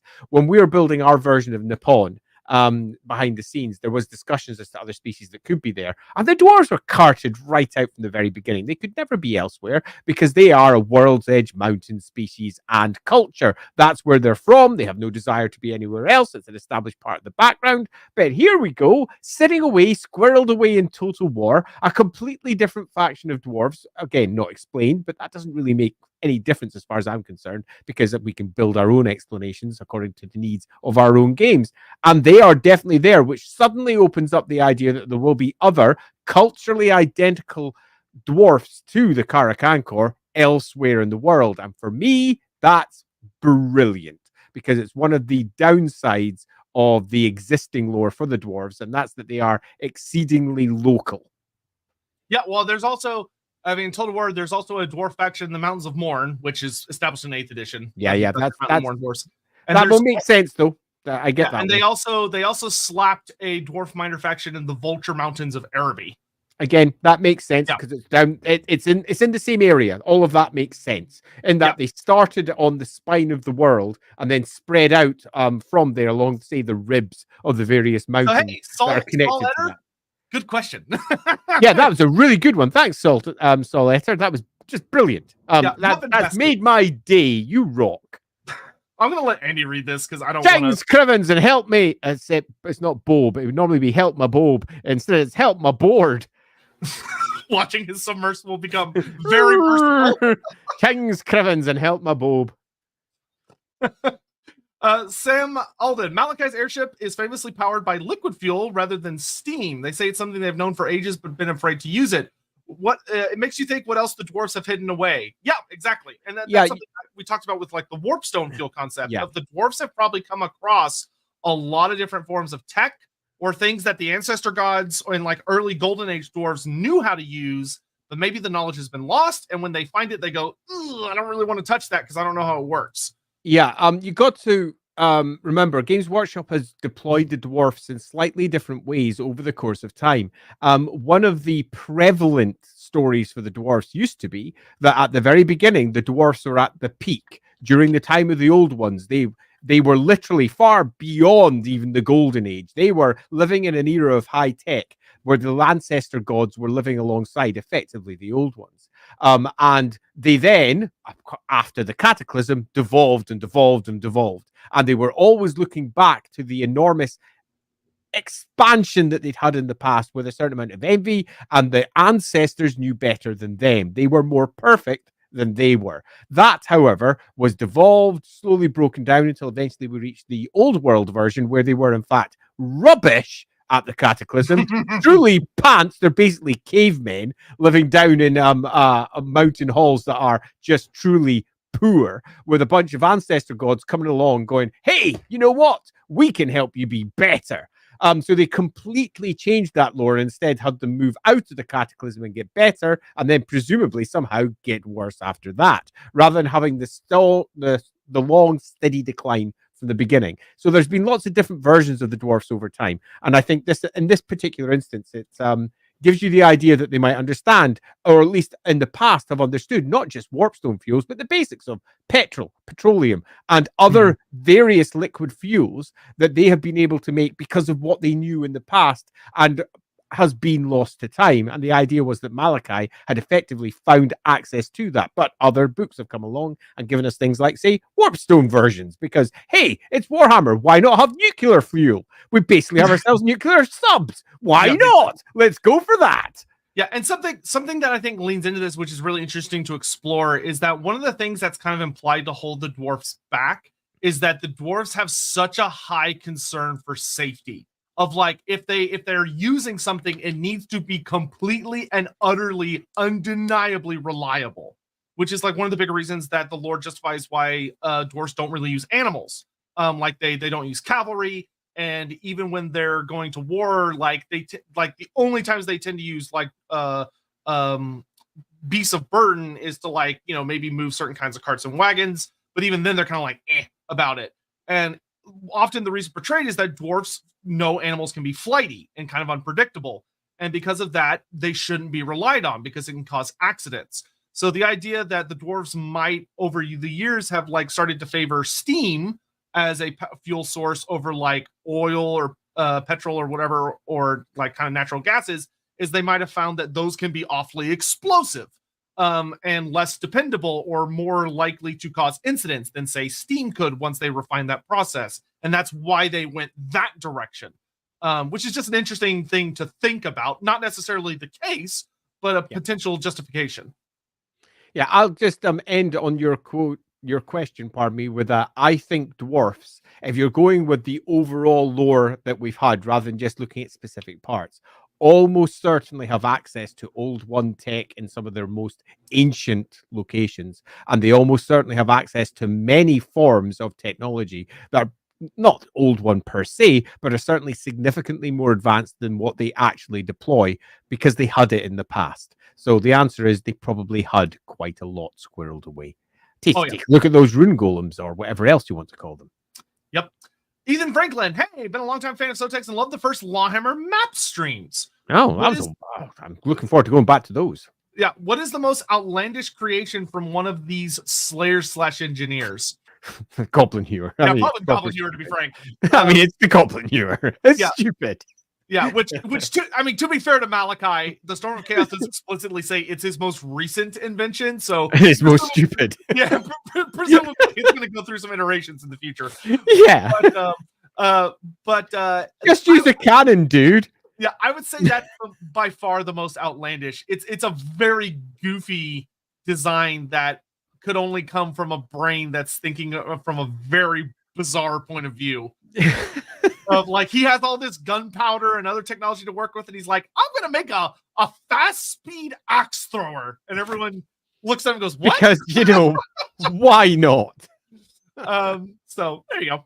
Kyle Dooley, Total War brought me into Warhammer. Sotek and Andy made me stay. Thank you guys. Never miss a stream. You rock. Oh, well, thank you, Kyle. That's very sweet. Phil, he's back. Why do Slayers bear titles from the foes they've slain? Is it so their Ken and Hulk can feel proud of them once they've met their doom? No, that's for us, the reader. It's for us. If they're you just Slayers. Yeah, if you were to meet a Slayer in the Warhammer world, they would never have a title like Demon Slayer or Skaven Slayer or yada yada yada. That just wouldn't really be a thing. They'd just be a Slayer. Yeah. The reason they were originally called, originally, if we go back to what they were first called, it was Troll Slayers, way back in the beginning. And the Troll Slayers were basically your dwarf punks, and they were going out to take on big trolls. As time progressed, though, the need for better versions came up because in the roleplay game, we needed something obviously better than a Troll Slayer. So the Giant Slayer was also included. We got our Giant Slayers, Troll Slayers, and Giant Slayers, and that was it. However, again, as the battle game then came in and went, we need more than just a base unit and a champion. We also need to have ourselves a hero and a lord. So the hero and the lord was added by the dwarf army list. We then moved on to dragon slayers and demon slayers. And in turn, even that wasn't enough. So a whole variety of extras were basically attached to it. But in the end, they are all in the cult of the Slayer. That is it. They are following in Grimnir's footsteps, and they are Slayers. The various distinctions between them are nothing more than, at best, a description of something they may have killed in the past. That'd be one way of putting it, or possibly something that they're hunting down. But it is nothing more than it's an informal.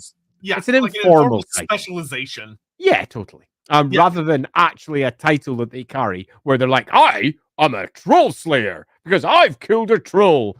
It's a little bit too, puffing up your own chest for a slayer. Yeah.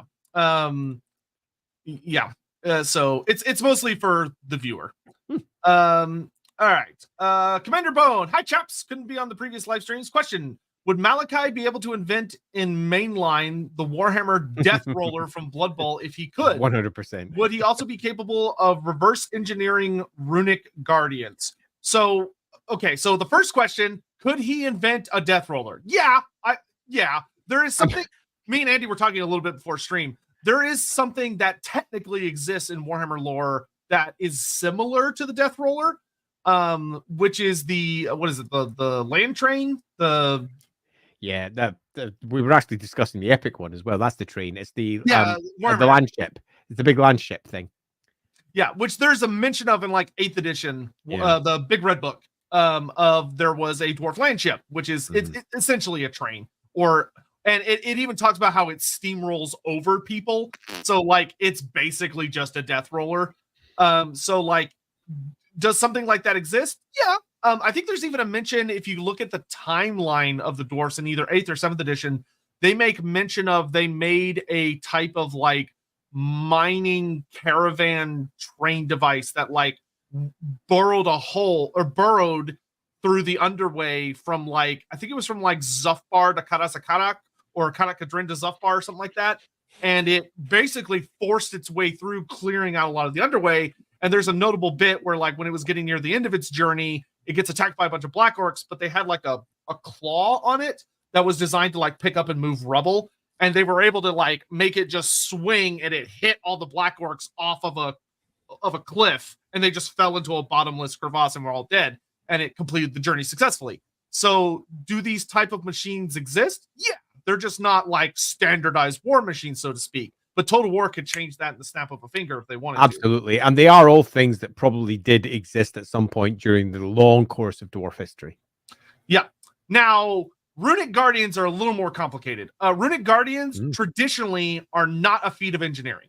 They are a runic feat that were created using the Master Rune of...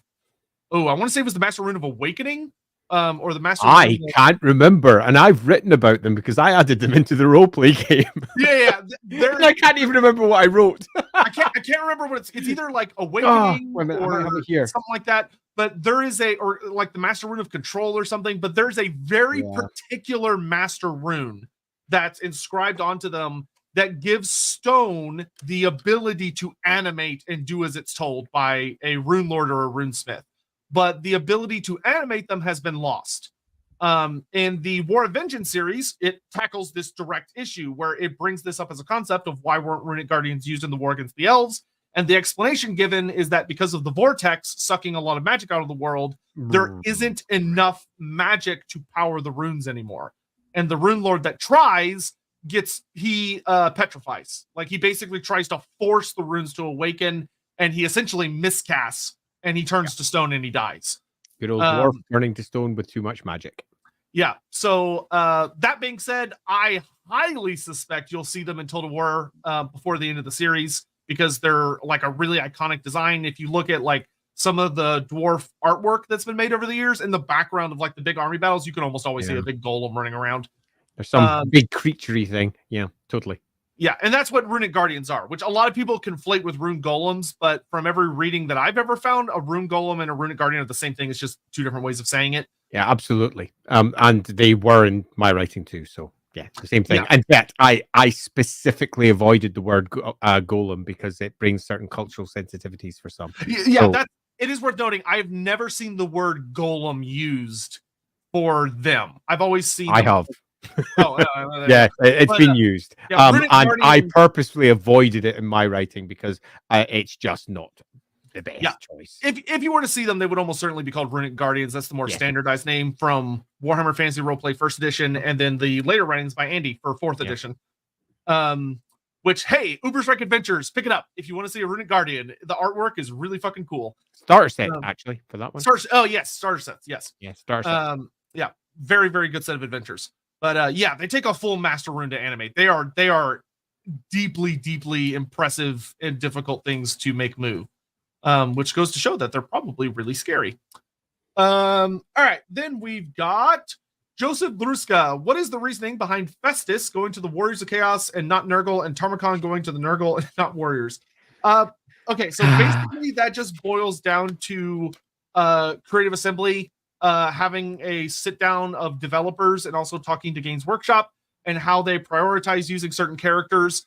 And when you're dealing with the likes of like Festus the Leech Lord, when they were making the Champions of Chaos DLC, they literally sat down with the Warriors of Chaos 8th edition army book and they opened it up and said, okay, what characters do we have here? All right, we need one for each god. So, okay, we've got Festus, we've got Valkia, we've got Village, and we've got Sigvald. We already used Sigvald. Who can we use instead of Sigvald? And somebody went, Games Workshop, who can we use? And they said, you can use Azazel. And they went, okay, Azazel. And that was it. That was the end of the conversation. Like they cracked open the army book and they used what was there. And then when they were working on the concept for Thrones of Decay, they had Tarmakon just sitting in the back, and they probably went to Games Workshop and said, hey, we need an expansion for Nurgle and the Empire. And a lot of people really like Tarmakon. It's a really famous book. Can we use it? And Games Workshop said, yep, you can use it.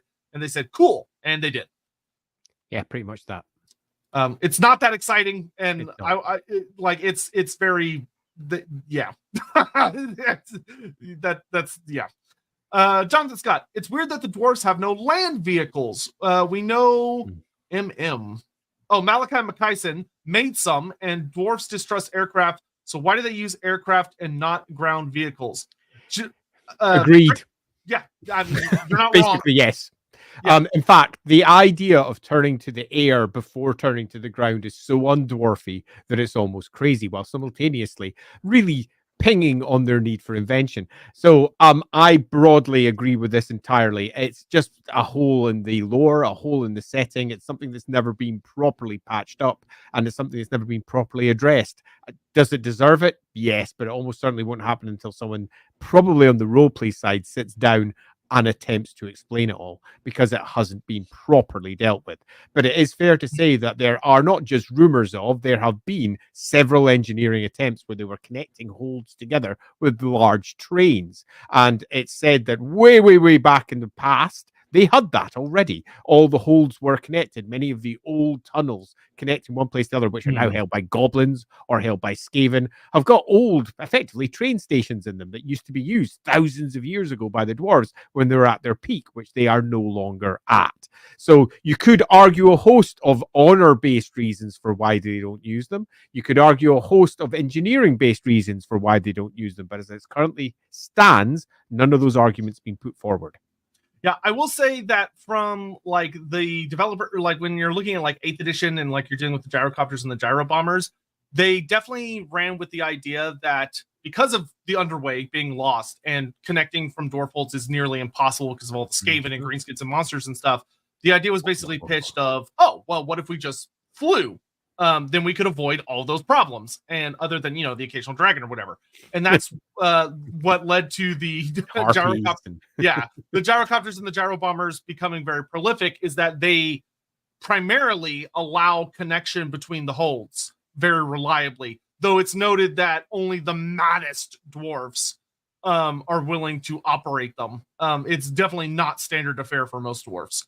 But you know, it's a fun little thing. I will say that's also another really cool feature they added into Total War Warhammer, if you haven't had a chance to play around with it yet, is that they added in the Legendary Grudges system, where you get really special accomplishments for striking out like the most ancient grudges. And one of them is that if you retake the entirety of the Karazhan Core, so the World's Edge Mountains, you are able to open up the Underway, the Ungrin, which allows you to instantly teleport between any of the major holds, which is a really fucking cool feature. Commander Bone, I pity Games Workshop buried the Juggernauts. Could have been the Dawi's answer to the land ship and the steam tank if they wanted to bring it back. Also, ancestor engines. But yeah, well, they would definitely have to change what they're called, because now the term Juggernaut has been co-opted by Khorne, because that's what those big old creature, the big old rhinoceros things are Juggernauts of Khorne.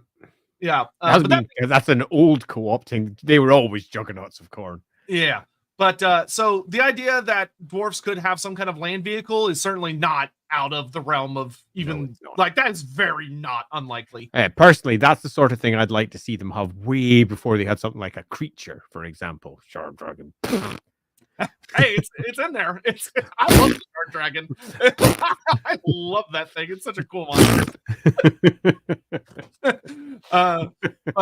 Yeah, so they definitely could do something with that.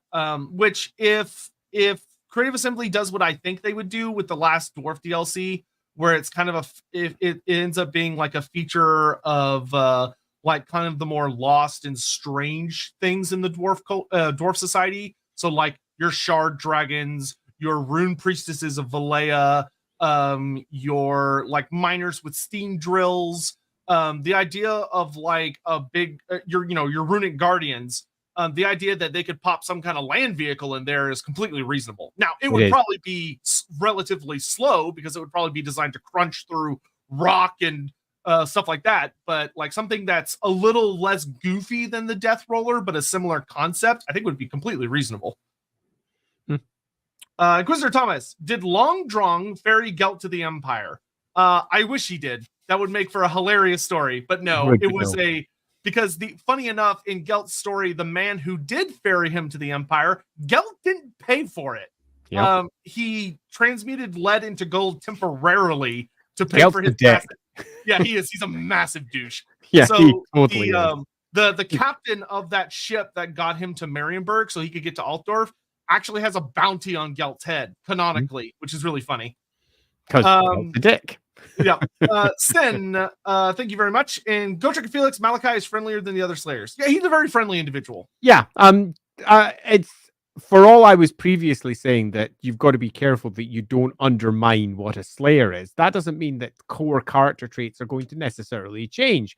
And some people, no matter how much they done fucked up, are still going to be relatively happy people to their core for one reason or another. The way they express themselves externally might not match how they feel internally, but that external expression, people pleasing, for example, being friendly, is not at all going to be something that I think would be inappropriate for someone like Malakai. In fact, I would argue it would be better. I imagine he also has a pretty strong innate sense of justice too.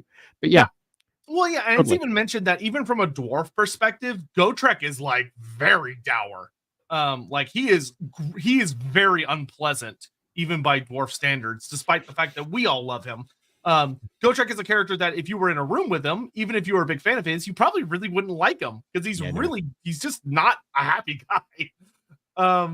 Lichord Chris, thank you for the bits. This rifle has been in Q&A for the last 1,000 years. Or quality assurance, yeah. For the last 1,000 years, yeah, exactly. Totally. Yeah, there are some really funny notes if you go read the various army books where, like the organ gun, for instance, it'll specifically mention that there's a lot of engineers about like the flame cannon and the organ gun that grumble about them because they've only been in testing for like a couple centuries. Morning to Crescent. Yeah, we got that earlier. Thank you, sir. CD4 and Kratos is actually from ancient Sparta, like 900 BCE. So all of God of War is before. Oh, get the fuck out of here! Good call. That means I was right. I love it. Your thinking is great. No, I'm gonna pull the Tolkien and say the Warhammer world was just our world, but just way back. And then we went through shenanigans and Morning to Crescent. Silly, the Goblin Doom Diver would like to know your location. Yeah. Fair. I mean, they are silly. Having said that, I've used them in my roleplay game, and they're awful. Yeah, Doom Divers are legit terrifying. The Dawn 96. How do Gotrek and Malakai know each other? They were both very, very gifted engineers, so they were in the same field. And Malakai actually recruited Gotrek on a journey into the Chaos Waste to try and find Karak. Was it Karak Doom? Yeah. But for that trip, they built a land train, essentially. And it was Gotrek, Snorri Nosebiter, and Malakai Makaisson were all working on this particular project. And they made like this really cool train that had various like compartments, and it was made of a metal that was runically empowered so that it resisted and protected them against the warpstone dust. But the problem was, because they were going by land, they attracted the attention of like giant hordes of chaos worshippers and greenskins, and they got so bogged down in constant fighting that the train ends up getting destroyed, which caused them to kind of scatter, which led to Gotrek wandering into a random cave where he finds his axe. So unfortunately, it was another one of those vehicles that ended up on Malakai's great list of cataclysmic failures. Yeah. Cryotier, would Malakai have undergone the trouser leg ritual? He was kicked out of the Engineers Guild, so yes, probably. Because that is how you are kicked out. Yeah. Is the ever mysterious trouser leg ritual. Which, for those unaware, if you are like greatly disgraced in the Engineers Guild, like you have a great failure or whatever, they make you go through what's called the trouser leg ritual, and you're kicked out. And to my understanding, no writer has said exactly what that and nor should they. Yeah, nor should they. It's better left to your imagination. Yeah. Hammond, what type of coordination was Whitney Houston's favorite? Hand-eye. Thank you, Hammond. Michael, Hammond. More of a Slayer question. How do dwarves navigate informal agreements not coming to fruition without losing their honor? For example, a dwarf is delayed to an agreed meeting time due to legitimate reasons. Thank you both. Right. So I think you just need to be. So I'm going to take a slightly different angle. What you need to do is not try and pick apart things that would annoy the dwarves, and instead imagine them as a society, a real culture where this sort of thing is going to occur. It happens. And it happens again and again. Now, they might not like it happening, but it's going to happen, which means that there are going to be social rules in place for all of it. So in this particular case, how are they going to have somebody arriving late and dealing with it? With deep apologies, with abject horror at having reached this situation, no matter how trustworthy this dwarf is, it's going to happen sometimes. And in return, no matter what the reasons for it, they're going to feel absolutely awful about it. And there's going to be cultural reparations that need to be put into place. Now, that doesn't mean that they're going to all turn grumpy and never speak to that dwarf again or whatever else, because they are, after all, a realistic culture that makes sense in practice. It's not about trying to turn them into a joke, about making everything that they do, oh, well, they're old man stereotypes down in their sheds. They're more than that. They are a working, living, breathing culture. So how do they deal with these informal issues? They deal with them like they deal with everything else, through the lens of their culture. And the lens of their culture is reliability is paramount. And when that reliability is broken, they then have to show how they can be reliable again. And that will take time. That might also take a certain amount of reparation. For some clans, that will be gifts. For other clans, that will be effectively doing things for free, service. For other clans, it will be something else. And I think the big mistake here would be to say, all of Karakankor does this. No. The different clans, the different holds have all got their own established ways of dealing with things. And I think that makes for a better dwarven culture in general. So my last answer in this one would be, each hold will have its own way of dealing with things. Each clan will have its own way of dealing with things. But the overarching message will be reliability is important. Yeah, and there's a lot of really good examples of this in the lore of like how different individuals and different clans deal with these kind of setbacks. Where like in some instances, if you have like a merchant dwarf who's known for being like a little bit of a dick and aggressive when it comes to dealings, he might gleefully try and take advantage of this and say, oh, well, since you dishonored me by being late, you're going to give me an extra 5%, or you're going to give me a little bit of a discount. And the other one would be like, that's ridiculous. And, that would go into arguments. Some other places, like there are accounts of like someone being late or something that they're transporting being slightly damaged. And instead of, although that dwarf is extremely embarrassed, the dwarf that they go to will say, oh, well, okay, who did this? And they'll be like, oh, it was this tribe of greenskins that had this kind of banner. And he'll go to his lord and say, hey, these greenskins did this thing that made my shipment late. And he'll go, oh, that goes in the book. 50 greenskin heads for the delayment of so-and-so shipment. So it'll just depend on the nature of what happened and who the individuals are. And what the reputation is, what they stand to gain or lose from it, stuff like that. Yeah, the dwarven culture, like all cultures out there, have got their own rules, have got their own standards. Those standards for dwarves are broken less than they are perhaps for other species, largely because of the nature of dwarves. But nevertheless, for all of the issues that they face, they will have answers. And those answers will not be entirely consistent across the holds. So in some places, it'll be nothing more than that needs to be marked down, and we just move on. In other cases, it will be deep apologies, and that's super important. In other cases, it will be basically rituals that you have to go through, much like the trouser leg ritual, where effectively you're showing your dishonor to everybody in one fashion or another because of what's happened, which will be shameful and something the dwarf won't want to do. And at your heart, always try to remember that dwarves are stubborn. So they're both going to claim that they didn't do the thing while simultaneously not wanting to make the reparation, while simultaneously doggedly wanting to do all of it at the same time, because dwarfs are dwarfs.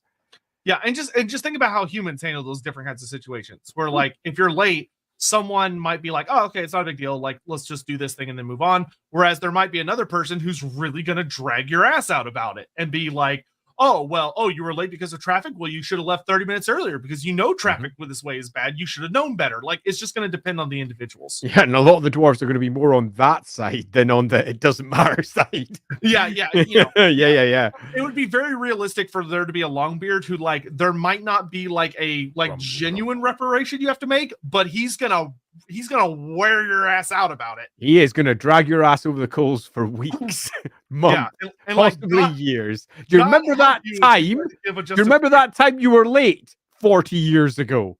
It's just like that. You're so inconsistent. That was 40 years ago, man. I've been perfect since then. Yeah, but were you perfect 40 years ago? No, you weren't. Yeah. Oh, yeah. And then, of course, that dwarf would be like, well, I remember when your grandfather was 30 minutes late to a meeting, and he's like, how dare you bring that in? Exactly. Just like you're just like your great grandfather. Because you were late once. A drink every time Andy says dark deeds. Dark deeds. I think I've done my favorite. Sorry if you're cycling right now. But I will say, because it is nice to say that if you haven't pre-ordered your copy yet, you can do so now. Links are sitting down inside the video's description, because that's an easy way to say it. If you're watching over on Twitch, I'm sure if you just type Dark Deeds and Modifius into YouTube, you'll get the bits. We're doing a bunch of blogs just now, which are going to be popping over on Modifius's website. So if you want to know more about the game, we're going to be doing a bunch of extra goodies up there very soon, so you can dive into those. Mark's currently writing chunks of that, I think, as I speak. So yeah, everybody should buy themselves at least 4 copies of Dark Deeds. Okay, so that was 7, 8, Dark Deeds, 8, 9. Dark Deeds. Okay. I really hope you're doing sips and not shots. All right. Moises, my love of Warhammer is a 10,000 acre wildfire, and you guys are the gendered reveal canister that started it. Wow, that's an analogy. well, Moises, assuming I'm pronouncing it's not Moises or Moises, I don't know. That's certainly guys, a thing. Please don't use explosives in your gender reveal parties. Please, just pop a balloon like a normal person, or get a cake. I watched a very amusing TikTok just the other day where they had the big, huge balloon, and the kid came up to do it and cut the ribbon instead, and the balloon just flew off. Yeah, it was actually hilarious. Just get a cake in the end, and just the cake color, and then you put icing, and then you cut into the cake. It's so simple. All right, Necromancer Cobalt. As a man with autism, I say we stand Malakai, our autistic coded king. He is quite autistic coded. As a man who is in a household of extremely neurodiverse people, I do quite enjoy characters who generally think outside what is considered to be by many the norm. Commander Bone, well, Malakai could reverse engineer the complex mechanism that helped the runic guardians to move. You could get a runesmith to reinvig the master rune of waking. So here's the thing. That would imply that the runic guardians were designed internally to move as opposed to just being solid stone, which would depend on which author you're looking at. Some authors would say they do have internal workings. Yeah. Some say no, they're solid stone and it's just magic. So I'm going to loosely say that there's been more than one version. And let's just be very clear about this. We've got ones which are effectively entirely empowered by runes, and they are stone, or they are metal, or they are something quite physical. Then you've got others that appear to be almost steam driven, and they have runes on them that are used in a variety of ways, perhaps to ensure that the engine of the creature can continue. And they are far more mechanical, with actual movements and working components. And they are also described in the lore in a couple of places. So there are different kinds. And because there's different kinds, then you could very easily say that maybe one type could be reinvigorated by one type of dwarf, and another type could be reinvigorated by another. And I think that if an author picked it up, they could do either, and they would not be conflicting with lore as it stands. Yeah, and a great example of that is if you go check out the starter set for Guide to Ubersreich. There is a character who's not a dwarf who managed to get a runic guardian to work through some really messy engineering that would make any dwarf blanch. Absolutely horrified. Yeah. So, totally. But could he do that? Absolutely. Yeah, that's certainly possible. I don't think that's the direction Total War would take. I think if they were going to do them, they would just be like, all right, look, it's the end of the world. There's magic now. Make it work. We're doing something. Hooray! So, considering Total War lets you take a 20 stack of thunder barges, you can do whatever you want. Totally. Bring me to my men. Thank you. Carl Franz says, hello, love you two fellows and love Lorebeards. Well, thank you so much. Thank you very much. We appreciate that. We do. Okay, we're all caught up. So we are not. Wow.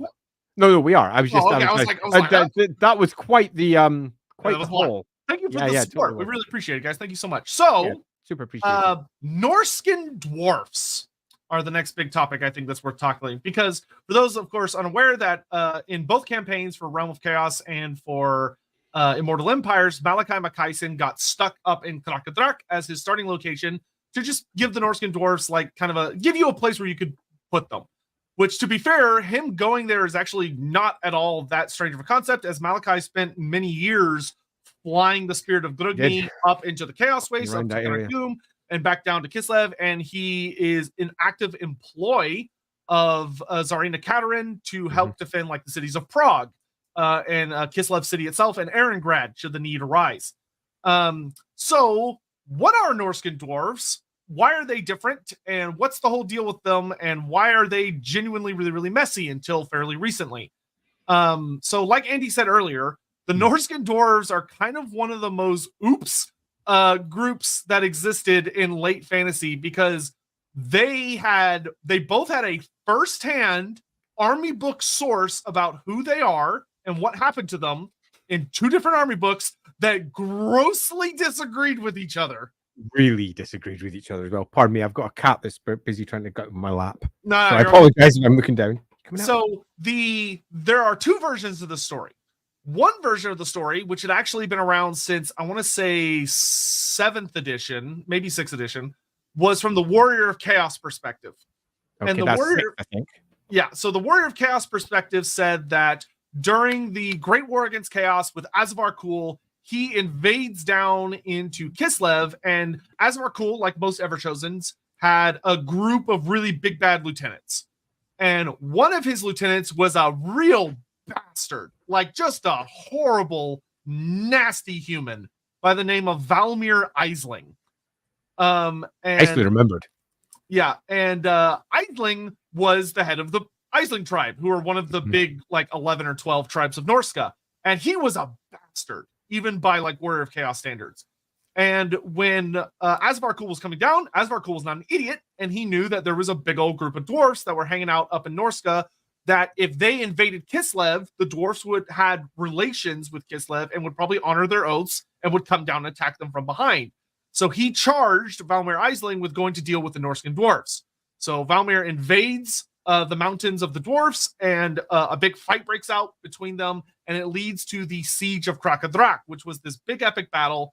And during it lasts decades, as I recall. Yeah, it's not just a simple little battle, and it also starts long before the actual Great War against Chaos is properly in action. So it's been going for freaking ages by the time the Great War goes, and as far as I can tell, kind of continues on after as well. Well, so it culminates in I think it's like just before the end of the Great War or right after the end of the Great War.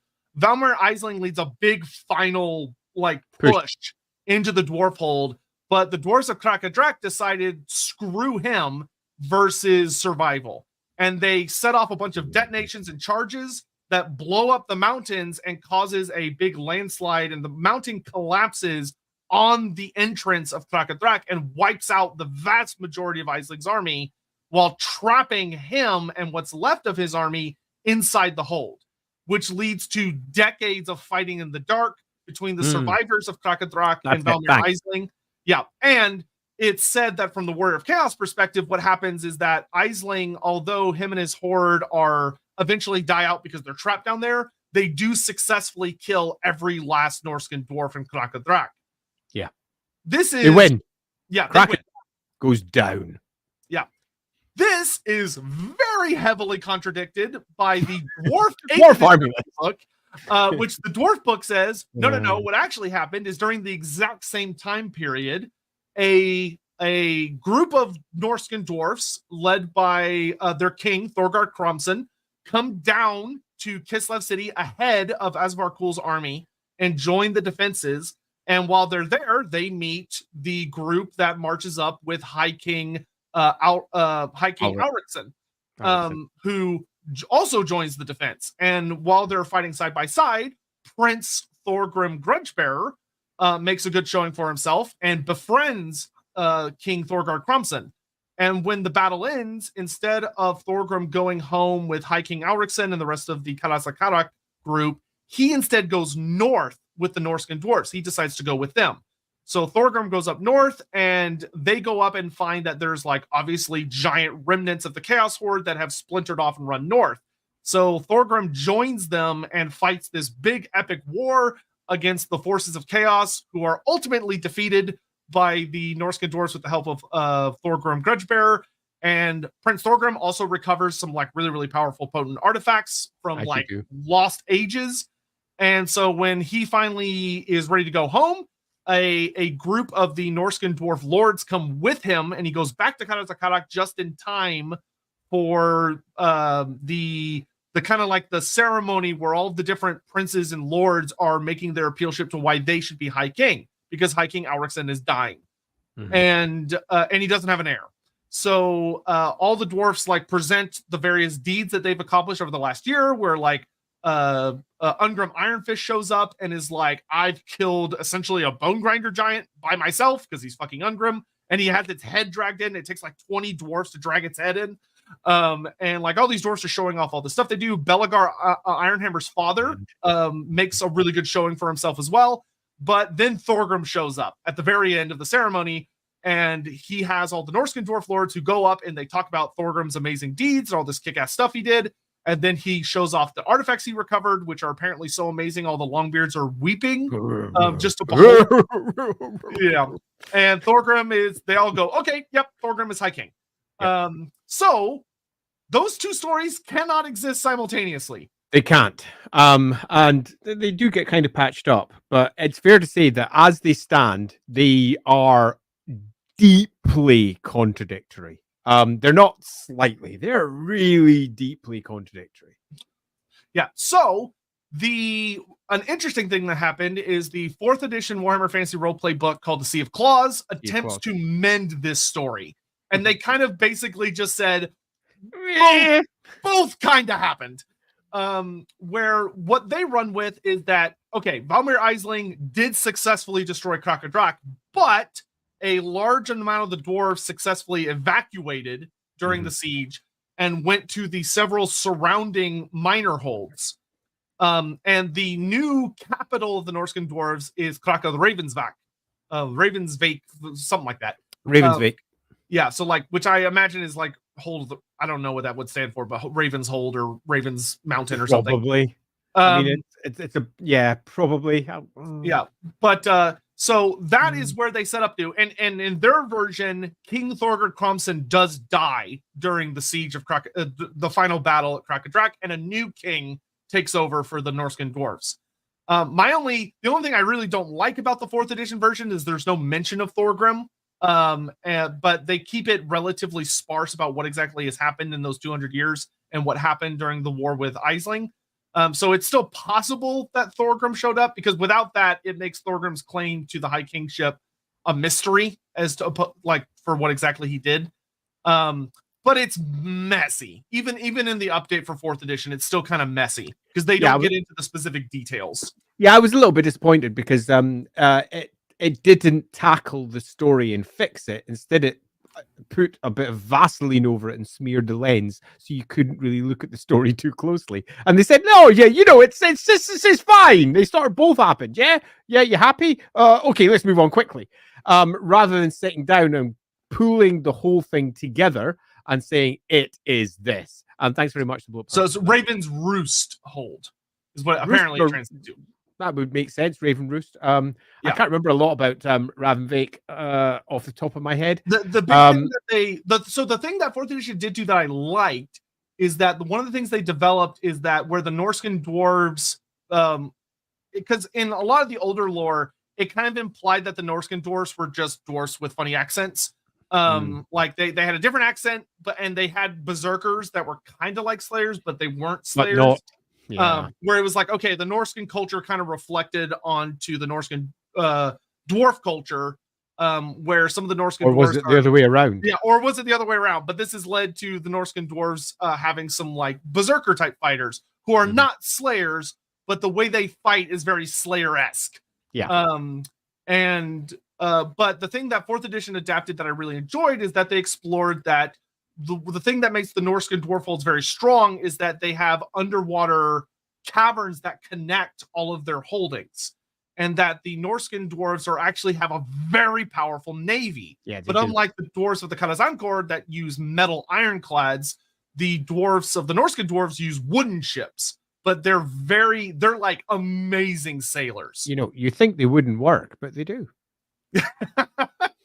And but when you deal with like how the Norskins like to fight and the fact that they take to the sea with all these big ships and stuff like that, it makes sense that the Norscan dwarves would have a similar setup of that. Fishing would be very important to their culture because Norska is not a very hospitable land when it comes to like farming and herd animals and stuff like that. You would need to rely on the ocean to survive. Yeah, you find that the Norse holds as a whole have generally always been depicted as using significantly more wood than any of the southern holds ever would. Culturally, the Norse dwarves are completely different to the Karakankar dwarves, and do not try to conflate them. But it's also fair to say that the Norse dwarves have never really been given the attention that they properly deserve. They might get a bit of detailing here or there, but who are their great ancestor gods? What is their core cultural touchstones? Why are they different? Not how are they different? What has made them be the way that they are, rather than just, hey, you know, they don't say Karak, they say Karaka. Oh yeah, like it's Crackerjack, an old TV show from the 80s. That's definitely not Karakadrak, honest. And it's not just a pun name. These Norse dwarves are different because it's not just because we want to have Viking dwarfs, honest. And that's basically all we've really got for them. They've got some details about what their holds are like, what their holds mean. We've got some details about what their culture is like, but there's a massive gaping hole sitting around the important part, which is why? What is it that has made them the way that they are? Now, in real world cultures, time generally is all that's required, and a variety of different beliefs that will slowly but surely emerge from the environment that different peoples have been surrounded by. So their environment is different, yes, but as we all know, always know with the Warhammer world, there is this connection to history, this connection that starts with the old ones, moving from the old ones with the dwarves to their ancestors, with those ancestors moving to the next generation of ancestors, the great golden ages of what came before. And we do know that the Norse dwarves were separated all the way back at the Cataclysm. And that is a really, really, really, really, really, really, really long time ago. And they have not been a part of the standard dwarf model for all of that time. There's been constant communication, there's been things going on, but they are separate. Why? Yeah, so one of the things that's interesting is that so there are three different interpretations of like the relationship between the Karazankor and the Norscan dwarves, who are in most versions not considered part of the Karazankor. They're this separate group, just like with the Middle Mountain. Most is important here because sometimes they are. Yeah, sometimes they are. Where like if you read the War of Vengeance trilogy, which once again great trilogy, there's essentially something like a meeting of all the holds to celebrate or deal with some matter before the war with the elves starts. And in that book, it posits that the Norscan dwarves had regular contact with the Karazankor until the War of Vengeance. That once the War of Vengeance kicks off and the elves come in and they destroy all the dwarf holds that are not within the mountains proper, and the dwarfs are forced back very heavily, and this leads to the Age of Woe. That is the Norscan dwarves lose complete contact with the Karazankor and don't talk to them again for thousands of years during the Great War, when because in the Great War for the dwarf book, that's when the Norscan dwarves and the Karazankor reestablish contact. Yep. Because as far as the regular dwarfs were concerned, the Norscan dwarfs have been wiped out. Like they thought they were just dead. And that's generally the story that it was to begin with. The very first stories that were laid out for the Norse dwarfs was really short. It was often just a couple of sentences, very little more. Take a look at what it says in Warhammer Armies 3rd edition, for example, the army book there, where it's basically just, so they thought they were dead, so they didn't check, and they weren't. Yeah. And that's pretty much it. And that's about as much as you get about where they actually come from. And because it's been some 7,000 years since they were last properly talking to each other, they are now so different that they are completely separate. And that was the lore that was repeated, twisted, changed over the course of time down through the generations, with sometimes an author saying something like, nah, it was all the way back to the Cataclysm. Or alternatively, no, they've been talking to each other all the way down through time because it doesn't make sense for them not to be, because they're not that close. They're not that far away, pardon me. They're just there. And they're known about. Yeah, I mean, they're you cross Kislev, that's not that far. And they're not quiet about themselves either, because they have themselves a mighty fleet that moves out into the great waters that are up there. They've been warring with and allying with Norse for thousands of years, ever since the Norse first arrived, in fact, as a people, and almost certainly were taking a lot of their cultural elements from the dwarfs that they were dealing with, because the Norse are very close to the Norse dwarfs. And it seems, because obviously the Norse dwarfs came first, that the Norse dwarfs are the source of many of the cultural touchstones for the Norse tribes that eventually moved into those lands as they were trading with them. They don't really try to explain why the Norse dwarfs just let large chunks of them fall to chaos when they were their next door neighbors. They never really bother explaining that. They don't explain, indeed, any of it, because the Norse dwarfs have always been that thing that lives up there that only really gets tackled in supplemental pieces, like a novel, or alternatively a quick dropped line in a couple of army lists where they'll say, oh yeah, there's some Norse dwarves, don't you know, and this happened at this event, and a Norse king came out from nowhere and he went boo. And so it'll be an edge case, and each time they do it with an edge case, they often contradict, because nobody bothers to go and do the research to make sure that this new piece that they're adding hasn't already been written by someone else in another fringe case. So the Norse dwarves are a perfect example of Games Workshop not reading its own material when its authors come in and create something new, meaning that each time a new author comes in, each time a new writer comes in, we end up with a slightly different version of them. And then someone comes along on the roleplay side and says, hey, wait a minute, I want to write about these, but oh no, this doesn't just contradict, it contradicts within very recent books, and these books are all current. And these are the ones that I'm not allowed to contradict myself. How can I do this? And then even they sometimes haven't read the other pieces, meaning that you're left with basically another version rather than a version that actually fixes everything, which is, I think, generally what we're always looking for, the one that fixes it and makes sense of everything. Yeah, because when you think about it, the Norscan dwarves offer such a fascinating idea for storytelling, of that if you have them looking at the similarities or the parallel between, if you have a story talking about how the Karazankor dwarfs, World's Edge Mountain dwarfs, have influenced the Empire, where then you have the Norscan dwarves trying to have that relationship with the Norse, but there's this threat of chaos that distorts that relationship and causes problems. There's a really interesting story there of how the dwarfs, like maybe some of the tribes, like the southern Norscan tribes, do manage to hold much more strongly to their relationship with the dwarfs, and were able to resist some of the more nasty predations of chaos, and were able to find, and that maybe that's why they're more fond of trading. That's why they're more fond of hanging out with the like going south and actually making a life for themselves and trading openly with the southern nations instead of just relying on raiding like the northern tribes would. And there could be such an emotional story there too, of like the Norse dwarves having human allies who are being attacked by these more chaos influenced tribes. And what do the Norse dwarves do? Do they go out and try to help them? Do they seal the doors and just say, you're on your own? Well, you're on your own. Yeah, the whole thing just, I mean, given that they're dwarfs, so they have honorable allies, certain allies who will have impressed them. Who is the equivalent of their Sigmar?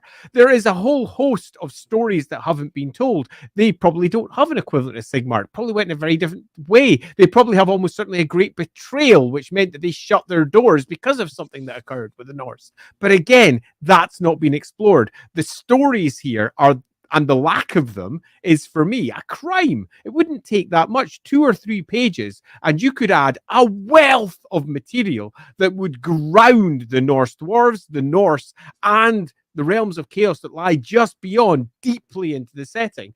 And then also ground them into the Chaos Dwarves just across this. They're very close. They're just over there. The Kislev sitting down towards the south. That should be it. The great Cathaean caravans that maybe move over. The Khanate that are almost certainly sitting over there as well. Yeah. All of which are things that they will have encountered and they will be dealing with the largest, most existential threat being chaos itself. But none of that's really covered. They're nothing more than a loose beer drinking stereotype. You know, they're like the dwarves, but Norsey, yeah, haha. They've got their own boots, boots. They've got their own special boots. They've got their own boats that are made of wood, and they use more wood in their holds. And you know, they trade with the Norse and stuff, and that's about it. And that for me is a crime because there is such a wealth of potential uses that they have for the setting. Because we have ourselves a completely different culture of dwarfs. And that is something that the setting lacks. The dwarfs are given almost this homogenous view. They are all the same, with different holds having different flavors, but they're basically all the same. And that's not how cultures build. So it's really nice that there is another one that's built in, completely different. But they have completely wasted the opportunity, at least so far, that it has to offer. And it's something that I would really love to see significantly expanded. It doesn't take much space. Yeah, like a good example, just like throwing this out there of something that the Norscan dwarves would probably have a wonderfully unique perspective on is imagine what it was like for them when the Gospodar showed up. And like the Gospodari came invading across the mountains from the eastern steppes and started attacking the Ungals. Of like the dwarfs would have been allies with the Ungals. They would have been trading with them. They would have been their most steadfast allies. And all of a sudden, this invading people comes over the mountains and starts just brutally massacring them. So it's like, you know, the Norse dwarves probably would have had to get involved. And that opens a really interesting perspective of how does modern day Kislev view the Norscan dwarves? Of did the Norscan dwarves come out and help the Ungal people? And therefore, there's this kind of ancient enmity between the Gospodari bloodlines and the Norscan dwarves. Or did the Norscan dwarves look at how powerful the Gospodari and unstoppable they were and either stay out of it, or maybe some of the Norscan longbeards were like, no, this is just like with Norska. This is just like what happened with the Norse. Let the humans deal with their own civil wars. It's a human problem, not an us problem. In which case, do the modern Ungal people and the people with long memories like the Hags hold that against the Norscan dwarves and hate them for betraying them and not showing up to support them? There's a really fucking cool story there, regardless of which side the Norscan dwarves chose to support or not support. And Clan Moulder. Oh yeah, you got Hellpit right fucking there. Like, how's Norscan dwarves should have been fighting Hellpit for thousands of years? Fucking thousands of years. The number of grudges, assuming that they even have a grudge-based culture, the number of grudges that are sitting there between the Clan Moulder, which are cited up there, and the good old Norse dwarves would be immense. There are stories here that haven't been told. The Skaven army list has missed this. This should be a core component of Clan Moulder. Their long protracted warfare that they've had with the Norse dwarfs. Clan Moulder should almost certainly have its own fleet for the underways down there with the great ships going to war with the Norse dwarves down there. That would be cool. Yeah, big underground sea battles. Come on. Come on. I mean, we already have the lore in place for this to exist. Why aren't they pursuing this? Because it's cool as well as you can imagine. So Clan Moulder should have, I mean, in its description, it should have had 4 or 5 lines explaining just how important the Norse dwarfs were for their own development, because there is nothing like a war and an arms race, I mean, hell, to make you develop what you can do. Hell pit, indeed. Yeah, that would also add in really well to the concept of where did the Norscan dwarf berserker come from, of like, oh, they're fighting demons. They're fighting the monsters of Hell Pit. Yeah. And that would explain why the Norskins have such a strong culture focused around monster hunting and tracking down these great almighty beasts. That's something they took from the Norscan dwarf culture, being right there next to them, where the Norscan dwarves have all these sagas of defeating the most horrible monstrosities Hell Pit could throw at them. Which, like, there's some really great stories here. I mean, some truly great stories. I remember a way back many centuries ago. I want to play a campaign as a Norscan dwarf now. God damn it. Yeah, totally. way back many centuries ago, I did a map for the Kislev book. And I also did one for Norska for the Thomas corruption as well. And I remember looking at it. I was busy trying to pick it up actually here because it's online somewhere. In fact, I've just found a copy over on the one of the websites.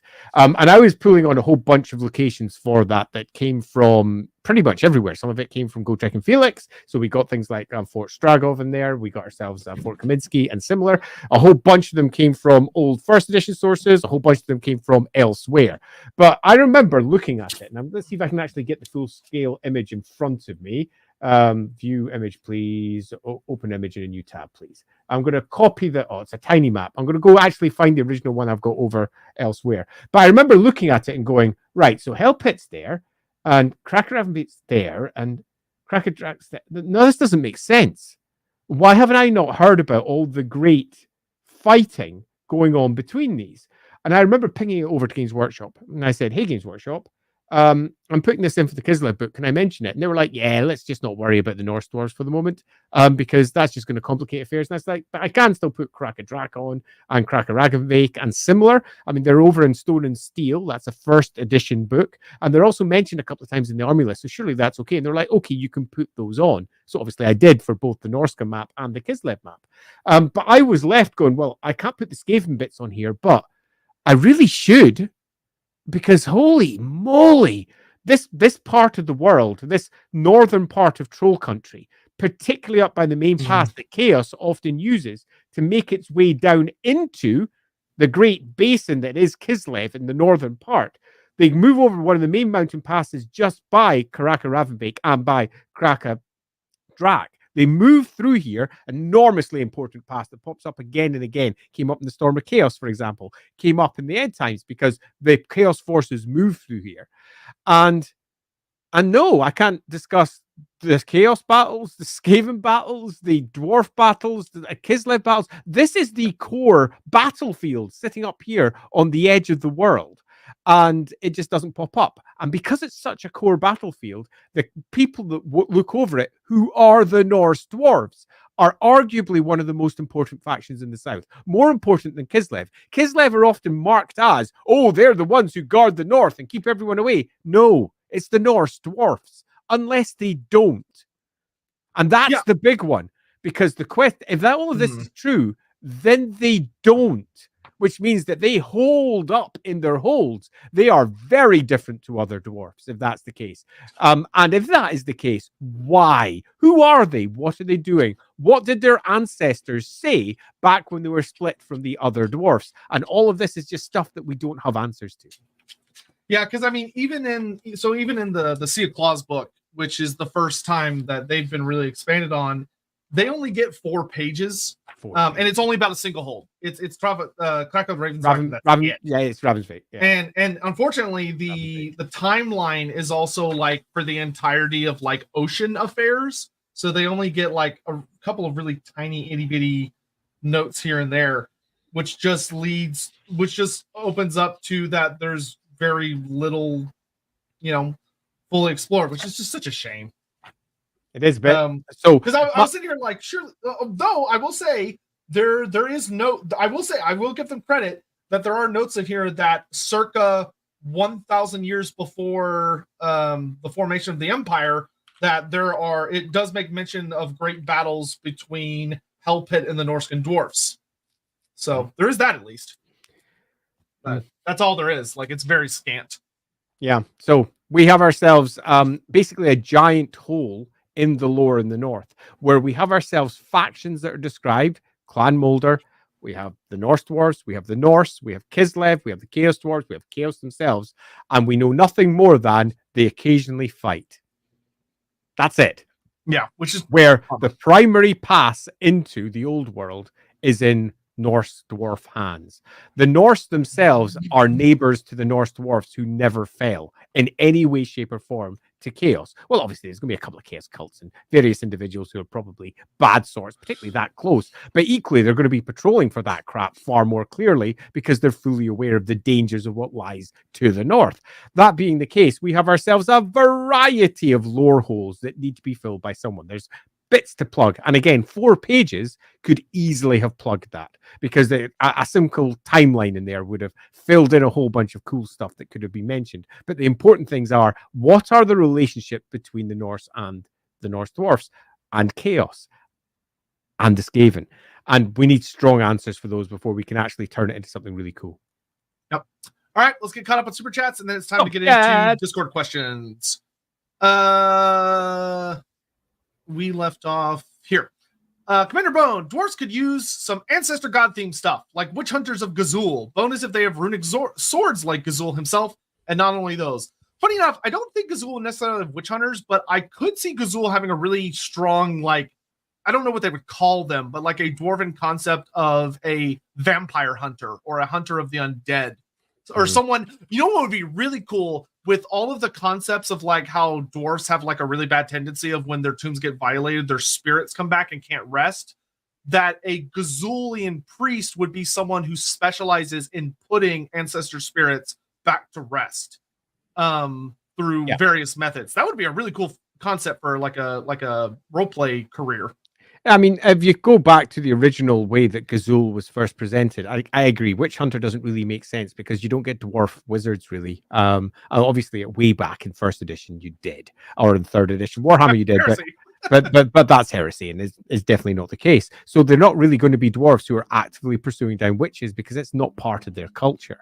But definitely dealing with undead or the unquiet dead. And if we go back to, as I said, the original version of Gazul, whenever you were sent on a task or one of the great, I'm going to do something for this ancestor god deeds, it was always hunt down something that was undead-like. So there definitely would be, if you were to develop that god in a new direction, those who did that for basically their job. Those who are in the cult of Gazul, who are like the cult of the Slayer, but it wouldn't be the cult of the Slayer, it'd be the cult of the whatever it is that Gazul is given, who swear an oath to do a particular thing, and that oath gives them stuff. In the same way that the oath of the Slayer gives Slayers stuff.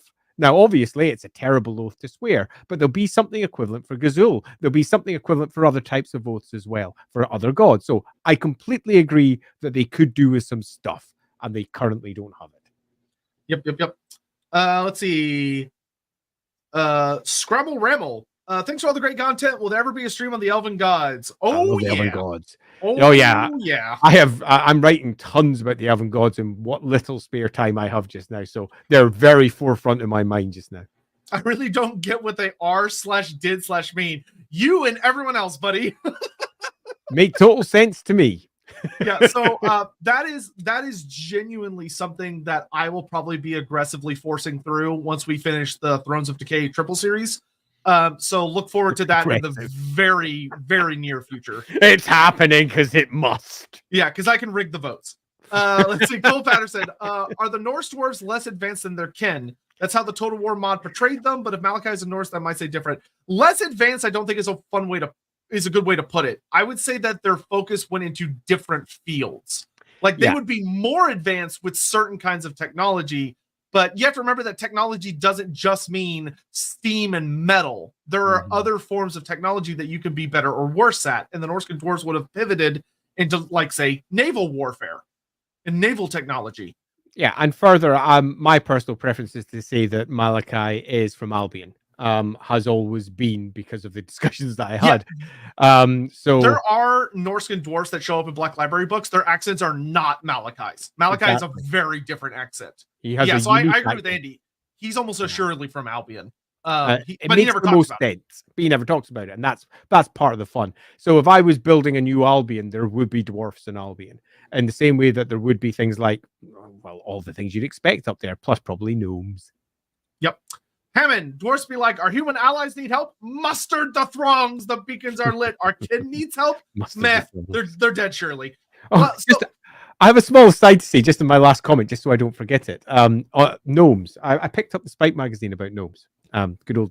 Oh, I bet that was a fun read. Okay, so it was particularly fun for me because the first paragraph where they describe the gnomes is almost a lift from what I wrote in the roleplay book, which means they did have a look at what was in roleplay and go, we're going to do gnomes, which means I brought gnomes to Blood Bowl. Oh, yeah. Well, I'm pretty sure Well, and you brought gnomes to the old world too, because the Midmoors are back on the map. Like, yeah, I know, it's amazing thing on the map. So it's just like so that's a small aside. Sorry for interrupting your comment there, Hammond, but I got quite excited when I received that. When it came in, I was like, holy moly, they've actually used my words. They've said the same thing in the same way, and exactly the wow. So that was a good moment. Particularly because I was told under no uncertain terms that gnomes would never, ever be used by Games Workshop again. Yeah, so for those of you out there who are like, oh, Araby could never happen, Nippon could never happen. Yeah, like, we've been there, we've done it. Shut up. Yep. Absolutely. It can. Yeah. So I will note, Hammond, though, there is something genuinely interesting in that the dwarves do have a genuine habit of that when those wider outreaching holds no longer send word, the dwarves just kind of assume the worst. Because like they kind of do. They did it to Uskalak. They did it to the Norscan dwarves. They did it to the Mountains of Morn dwarfs. Yeah. Like that is something they do consistently, which is a really interesting character flaw of theirs. That they're like, oh, well, they shouldn't have gone out there. Yeah. Which is interesting. That's a very kind of fun but not fun. Yeah, dwarves are classic turtles. They're they're turtles, big time. Yeah. Hammond, you two still doing your Sinus Idea stream on one of the Wednesday night streams. I don't know what we're doing this week, but we'll be doing something this week. Yeah, totes. Commander Bone, one day, Norse dwarf war mammoths with bolt thrower towers. They have those in the lore. We need those sub-faction, sub-race / faction DLCs big time. Also, spear dwarfs. Spear dwarfs. Can't go wrong with a spear dwarf. I used to have several units of spear dwarfs. I mean, honestly, I would find it much more acceptable that the Norscan dwarves would actually have spear dwarfs for dealing with like the various sea threats like krakens and stuff. And of course, the mammoths and other nightmarish fauna of Norska that they have to deal with much more readily. And of course, like the creatures of like they deal with big things on a much more regular basis. The idea that they would have spears and halberds is probably much more acceptable up there. Yeah, I would be looking at trying to, if you're building yourself a new faction for Warhammer, which is basically what you do if you're attempting to detail out the Norse dwarfs, you're looking for what makes them the same as the other dwarfs and what makes them different, and also explaining why. And the first place that you go to answer that is, what are they dealing with on a day-to-day, month-to-month, year-to-year basis? And if they are dealing with the monstrosities of Hellpit, with chaos to the north and the Norse as well, how does that mean that their warfare is different? Do they need to hold things back at a further distance? Are they fighting more commonly out in the open? Are they fighting naval warfare? And is their naval warfare actual ranged naval warfare, which is not the case for, say, Vikings or any equivalent? They basically just ram in and then jump across to start beating living crap at each other. The boats are basically fighting platforms. Is that what their vessels are? Or have they got a proper navy that works differently with range shots? And as you start answering all of the questions, it starts to create a new culture, because they start finding certain aspects of how they live as important. Certain key traits to ensure their survival gain importance, and that in turn will modify how they should generally be created. So I would be fascinated in building all of this. It would be super fun, but I would really like to see someone else do it, because I have very limited time.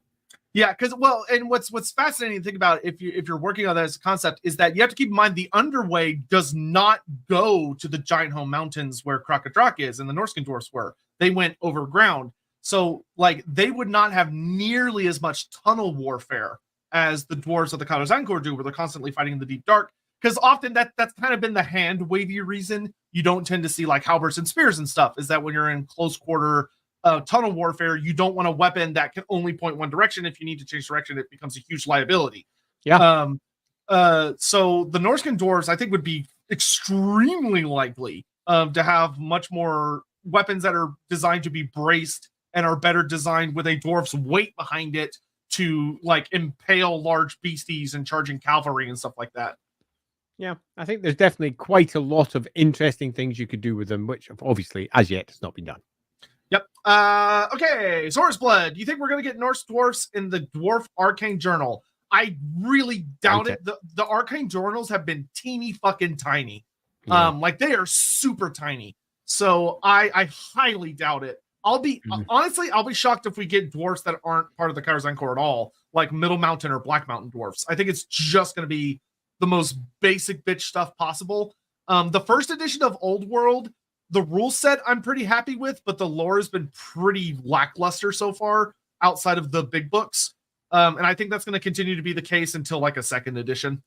Yeah, we might need to do another stream just to carry on, just cover the rest that we didn't cover from, because we just spent ages on the rule book, and we left the other bits behind. That's true. We do need to do more streams on that. Yeah, even if it's just one, just to cover it all, because it is scant. The bigger books have got quite a lot spread all the way through it, and all the little side boxes. But the actual marking journals, they're pants. I mean, yeah, they tend to. They're usually like 30 pages or less. They're very short. CP4N, in the Go Trek and Felix audiobooks, the Albion folk from Giant Slayer sound a lot like Malakai. Yeah, agreed completely. And it was always the unspoken belief that that's where he was from, because it was basically a Scottish joke, and everybody knows that Albion, if you're properly doing Scottish, is where you're going to find your Scottish folks, so to speak. So it was always the unspoken thing, and then when we started discussing it, it became the spoken thing when we were figuring out exactly what we were going to do. But as I say, it was never confirmed anywhere. Watched the Warhammer trailer reactions yesterday. Noticed that we didn't include the laboratory trailer. Oh, the laboratory trailer was the. Oh, we didn't do the Skaven React one either. We didn't do the Skaven React one. I was thinking exactly the same thing right after we finished. I was like, oh, God damn it. We didn't do the Skaven. Well, maybe we could do that at the start of this Wednesday. We could sneak that in there. Whoops. My bad. Okay, so we got Discord questions. So let's hop into those. All right. Question number 1. Why does Malakai hate the fish? Okay, moving on. Fucking fishman. He's up in the air. There's no, well, I guess flying fish are a thing, but they don't fly that high, so obviously you wouldn't see them. If you want fishmen against the Slayer, Longdrong canonically has fought the fishmen on multiple occasions. I'm straight, he has. Dawi4 asks, do engineers value Malakai as a contributing member at all? That's a really fascinating question. No, so the guild as a whole, no. Yeah, no. they would look at him and be like, don't mention him. Do not bring him up. He's a slayer. Now, does that mean that his works, when they actually work, won't be looked at? Yeah, they'll be looked at with a certain amount of suspicion. Come the end of the world, and when everything goes wrong, everything goes pear-shaped, you're going to find that some dwarves might be willing to look outside their standard prejudices. Having said that, though, those will be very much in the minority. Yeah. Charles, is there any evidence of the Norse dwarfs' relationship with whatever humans were in the land before the Norsees were kicked out to inhabit those lands? Because I think I recall you guys saying in another stream the Norsees were not originally native to that region. They weren't. They were they were in the Empire, as it currently stands. Honestly, who lived in Norska before the Norsey is a very big question mark. It really is, because we know the Norse dwarfs were there pretty much since the beginning. They were. And we also know that if you go to the Realm of Chaos in the north, that place was a hellhole of demon princes and worse, all the way through the Cataclysm and to a degree beyond. And some of these entities were so powerful that they challenged the gods themselves and effectively became gods. So we've got ourselves an entire realm of awfulness up there, and presumably the Norse dwarfs turtling it in Norska. They don't fall. Then we've got Norska itself, which is this great big empty frozen hellhole, but possibly wasn't like that then, with the wet magic's waxing. Who knows what Norska was like then? We only know what came afterwards, which is a shattered coastline and a shattered a peninsula, a big huge one that sticks out. And we have nothing regarding peoples that may have lived there beforehand. If we go to the south, we know that humanity was in the Empire long before standard history suggests it was, long before the tribes of Sigmar arrived, for example. So they were definitely there. Was there any in the north? The first answer you have to take is, well, who was worshipping all the demon princes in the north? And the answer was the human tribes. So they were all around that place already. So there is almost no chance there wasn't humans in the area already. And that the Norsey will have almost certainly moved up into and ended up warring with whatever was there. They themselves originally were a relatively peaceful people. So there's almost certainly going to be humans in that area if you go with the stories that we have about each one of these individual locations. And the question is then, are the Norse just Norse? Are the Norse tribes, as we understand it, actually multiple tribes with the Norse just one part of a larger group? That would make more sense. So much more sense if like the more warlike Norskin northern Norse tribes are like the original Norse, and the more southern, more open to trade, more palatable to alliances. The ones that were driven there by Sigmar. The Norse, who would be a completely different people. Yeah, so you've got the Norse and the North Sea, and I think that would be a really nice divide, particularly because you're always looking to try and reinforce the cultures that are up there. So I'd say there's probably at least 2 tribes, if not more, that are going to be building in that area, and at least one of them are going to be properly warlike. So yeah. Yeah, because I mean the ethnicities, there's some notable different ethnicities among the like 12 different major tribes. It really is. And so that being the case suggests the idea that they all descended from one people is kind of like you squint at it and go, that doesn't really make sense. That doesn't make any sense at all. Yeah. Curse Fanatic, is there a rune-based equivalent to Malakai anywhere in the lore, like a dwarf slayer that specializes in rune crafting? Not that I've ever seen written about, but the idea it certainly happened. Yeah, the idea to me that there's not a runesmith or a rune lord that's taking the Slayer Oath, I think is impossible. Agreed. Like somewhere, like I would say it's probably rare, but it's definitely happened. Yeah, agreed. Completely agreed. Yeah. Hawk Godly, what dark deeds has Malakai done other than the Goblin Hewer and the Thunderbarge, whatever is some of the lesser known inventions? Thanks, Hawk. Yeah, thank you. Pre-order Dark Deeds. Pre-order Dark Deeds. That's a great way to support Lorebeards. Please consider picking it up. It's a great board game. It's beautiful. Indeed. So I mean, thanks, Hawk. You rock. Yeah. Appreciated. The other thing that he invented that's actually kind of very notable are his goggles, actually. Malakai's goggles are not just like not actually there. They genuinely enhance his vision. That's a canonical statement in the Storm of Chaos. Now, Malakai there's a funny note that Malakai claims it enhances his already amazing vision, as opposed to making up for any detriments to his vision. His eyes are getting old. Yeah. He's very, very particular about that. And it notes that he's actually scratched little targeters on them, which he uses to help with when he's targeting war machines and stuff. And in Total War, they actually took an extra step to show that there's actual engineering in them, because one of them has a swiveling eyeball, which is super fascinating. But he invented those goggles, and they're not just there to protect him from snow and stuff. They genuinely enhance his vision, which is a pretty cool concept. We don't know exactly what they are, but he made them. Totally. Mike Tutsky, what is the overall population of dwarfs and how many of them are engineers? Oh, good luck with that, Andy. I'm not even going to touch it. Okay, so population of dwarves is a problem. Because we have ourselves some numbers that were given for the first edition of Warhammer Fantasy Roleplay, and those numbers are nonsensical. They're nonsensical not because there wasn't great thought behind them, there was, but because they don't match what Warhammer demands of the dwarfs. And Warhammer demands big dwarf armies, and the numbers just don't match it. Meaning that the only official numbers that we've had from Games Workshop regarding the hold sizes don't make any sense. To make matters worse, various books down through time, novels, Grudgelore et al. Have often vacillated wildly with the number of dwarfs in each one of the holds, where there's sometimes say there's hundreds in one, there's scores who've managed to hold on to this hold, where the next time they mention that hold, they have an army of 10,000 is coming out of it, and you're left going, what the? How does this make any sense? None of this adds up at all. The sleeping pods. Yeah, indeed. The sleeping ones.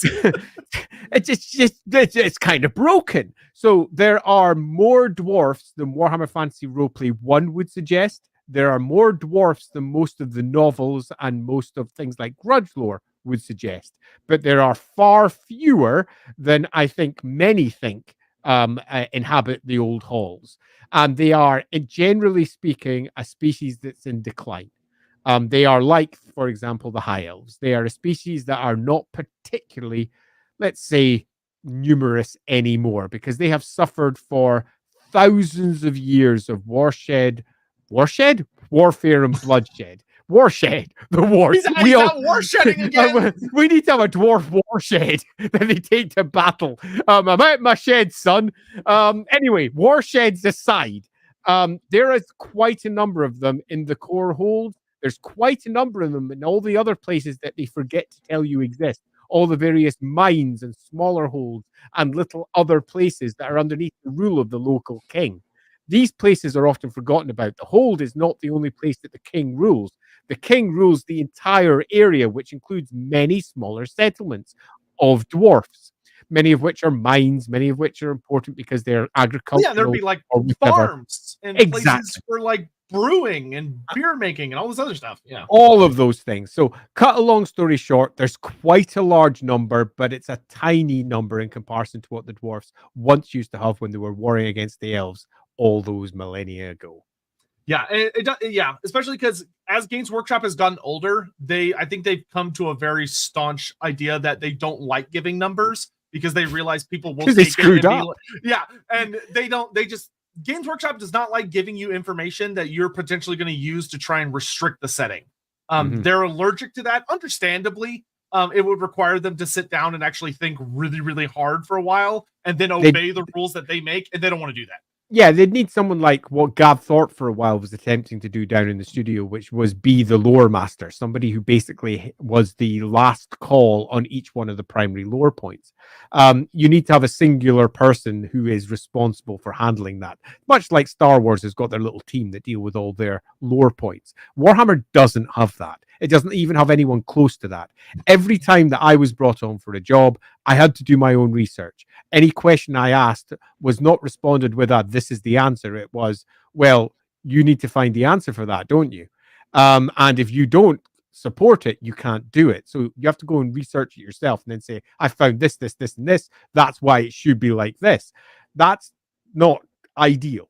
Particularly if you're working on someone else's license. They don't have a central world Bible that explains everything. That being the case, each writer has got the freedom that they then need to then create what the stories that they want to create. Each games designer has got more than enough people to field the armies that they want to field. Each licensee, like Total War, are in a position where they can create battles that are as big as they wish without contradicting the established lore from Games Workshop, because Games Workshop themselves don't pin it down. So when you ask a question like, what is the number of X? The answer is always going to be Games Workshop don't really want you to know because it limits them. Yeah, I think there's actually genuinely a famous quote from Games Workshop around the end times or right before, where Games Workshop got asked, I think in a White Dwarf magazine for like their Grombrindal Answers segment. They got asked, how many elves are there? And Grombrindal literally said there are as many elves as there needs to be. That was the answer. Yeah. And this is what it is. Let's see. Does Malakai Makaisson have a family? Presumably. You'll have a bunch of brothers. Yeah, it's likely he does not have a wife and children. The way he's portrayed, he does not seem like a dwarf that was ever interested in that. That he had engineering on the mind, and that was it. Which is not unusual for dwarves. You got to remember the dwarves, in comparison to humans, are very, very, very different. Psychologically, they're in a different place, and the number of women that are there as female dwarfs are significantly fewer. Their psychology is different because of this. They have completely different drives, and I think that in this case, it's a clear example of someone who has no real interest. Yeah. Plus, I want to say he has a nephew in one of the Gotrek and Felix books who dies. It's been so long since I've read those books. Yeah, I can't but remember. he definitely has family, just not like wife and children, to my knowledge. Razor Dragon Tail. Since with the DLC, Malakai came with Slayer Pirates. Has Malakai done any crazy things to the Dwarf Navy? Definitely. I mean, we know he invented a ironclad called the Unsinkable, which didn't go well.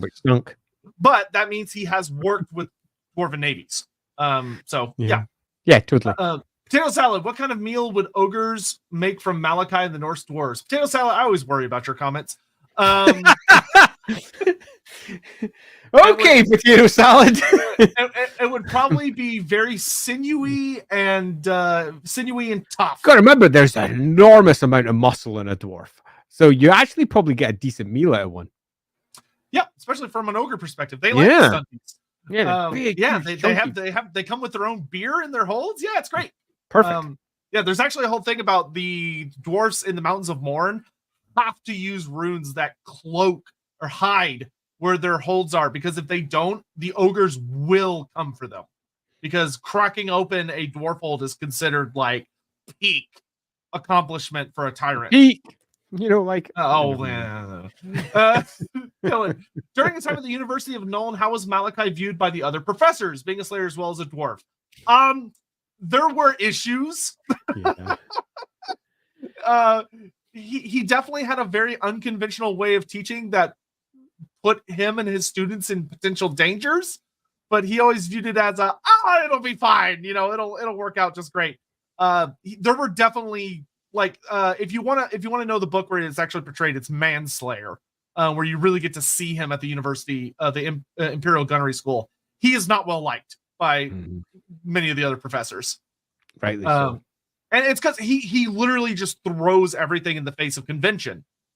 He does what he thinks is the best idea, and he's survived like the kind of oppressive atmosphere of the Dwarf Engineers Guild. He's not going to tolerate that from manlings. He's not going to let a bunch of 50-year-olds tell him what to do, a bunch of beardlings. Yeah, quite. Yeah. Yeah, he's the dwarf you do not offer tenure to. He would be there forever. Bahamut's boy, how do you think Malakai would see the Caradron overlords of AOS and all their flying airships? I think he would be fascinated by them. Yeah, totally. He would want to reverse engineer it and tinker around with it and make it more explosive. I think he's one of the few dwarfs that would see the Caradron overlords and be like, this is sick. KFC Sid or KFCID, KF Sid, one of those. How does the Engineer Guild feel? We already answered that. How do Slayers grumble about Malakai using firearms instead of getting stuck in with an axe? So I don't think so. Because after all, honor is a personal thing. And they have such a unique view of honor anyway. And I'm going to contradict myself and say that some Slayers definitely would, because they also have a personal view as to how it should be expressed, and it might contradict others.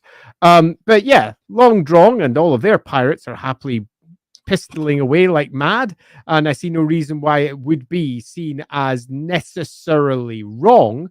But Grimner himself, he used his axes. And there is a significant amount of the Slayerdom, which is all about replicating the best that you possibly can, the achievements of your ancestors. And in this case, the achievement is to take them on with your own bloody axes. You are basically becoming Grimnir in one fashion or another. So there is definitely going to be some who will be a bit grumbly about the whole affair, as in they're not doing it properly.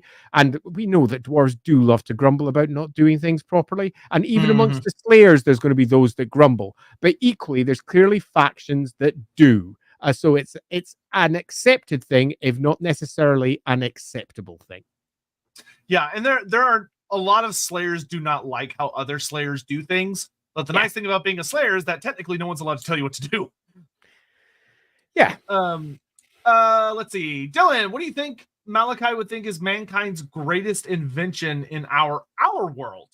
Ooh, that's a toughie. Our world. Oh, cripes. Yeah, that's instant telecommunication is pretty goddamn impressive. Sliced bread is great. Refrigeration completely changes the world. I mean, the more you think, the more that you can come up answers with that one. And ultimately, look at what the sort of things that Malakai likes. He likes big, impressive things that convey a lot of people. So space travel is probably the thing. Space travel would probably be huge from his He'd be like, look at that, particularly as well, because space travel is not reliable yet either. So he's sitting on the fringe of everything that he's making. And that is the fringe of what we make, which is travel into an inhospitable environment. And it is not always successful, which means there are further developments that can be made. So definitely, I think space travel. Yeah, he'd be like, I'm going to seek my doom pushing the Pioneer. Here we go. Yeah, here we go. Sunguinius, why is Malakai Makaisson so popular? I think it's, well, A, he's from the Go Trek and Felix series, which a lot of people love very dearly. And B, he's written as a very well-beloved character. He's very amusing. He has a very unique personality. He's very fun and likable, which in Go Trek and Felix, a lot of the characters are not likable. because a lot of them are villains or just are people with severe personal failings. Malakai, he is a ray of sunshine in a fairly dark series, which I think is something that a lot of people love about him. Night of Rebellion. What is the relationship between the Norse Dwarves and the Norskins? We've tackled that. It's had a good chat about that one. Yeah. Theme team, could you elaborate on how integrated the Norse Dwarves are to the greater Karazhan Cord? Not at all. Barely any. They were separated for a long time. There's even go. Oh no, there's actually an interesting note in the Warhammer 4th edition roleplay book, which I don't know how I feel about it, but there's a note that before the two were separated, so like way back before the War of Vengeance, like right after or around the Cataclysm, like we're talking way back, that after High King Snorri Whitebeard died, his son that took over, or him, one of the two, but like one of those early High Kings basically sent a message to the king at the time of the Norskin dwarves and was like, hey, I'm High King, you owe me fealty. And the Norskin dwarves response was literally something along the lines of, we owe fealty to Grugni and you are not Grugni, so no.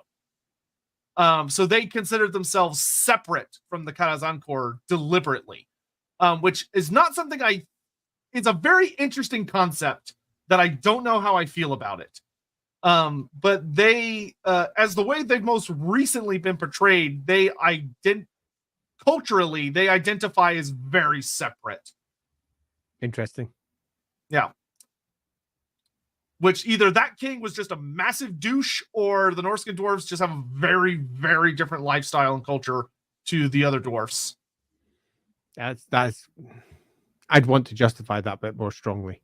Yeah, that's lacking clear justification. That's the sort of thing that you can't just say. You've got to say why, and there's not enough why there. Yeah. Electric Count Starland. How big of a role do the Norse dwarves play in holding back major chaos invasions? They should play a fucking gigantic role. In reality, they barely get brought up. They don't get brought up at all. Because any major chaos invasion would have to either go around them, like way around, or would have to directly deal with them.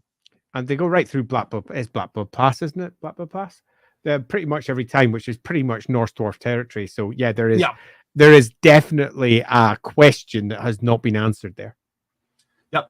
Didn't Malakai make a sea vessel? Yes, the Unsinkable, which promptly sank. Could Malakai teach the humans in Nuln? Not only could he does. He's a genuine professor at the gunnery school. Bifocal King. Is there a difference in the way the Norse dwarves go to war? Yes. We talked about that mostly, which is like berserkers and a much stronger naval focus. Lycor Gaming. Okay, I think we've already talked about that. In the Warhammer Total War verse, do you see Karak Doom and Karak Vlag? I believe those were the names. Were those also Karaks of the past Norse dwarves, or were they part of the so Karak Doom and Karak Vlag are specifically part of the Karazhan Cord. And Karak Vlag was specifically notated as being the main trade post between the Norskin dwarves and the main World's Edge Mounted dwarves. That was like the main post they communicated. So when Karak Vlag just fucking up and vanished one day, and just ceased to exist, that was a big part of why discussion between the two groups completely broke down, because both sides assumed the other was fucked, and didn't really do any checking. But Karak Doom was a very well-established part of the Karazhan Cord that then got ate up by the Realm of Chaos. And Karak Flag, we talked about back in our Garroch episode. If you want to go watch that, it had a really bad time. It did. Potato Salad. Does Malakai only create things for war? No. Like his goggles and stuff. He's an engineer. He tinkers with everything in life. It wouldn't just be for war. It's just that because Warhammer is a war-focused game, that's primarily what you're going to see.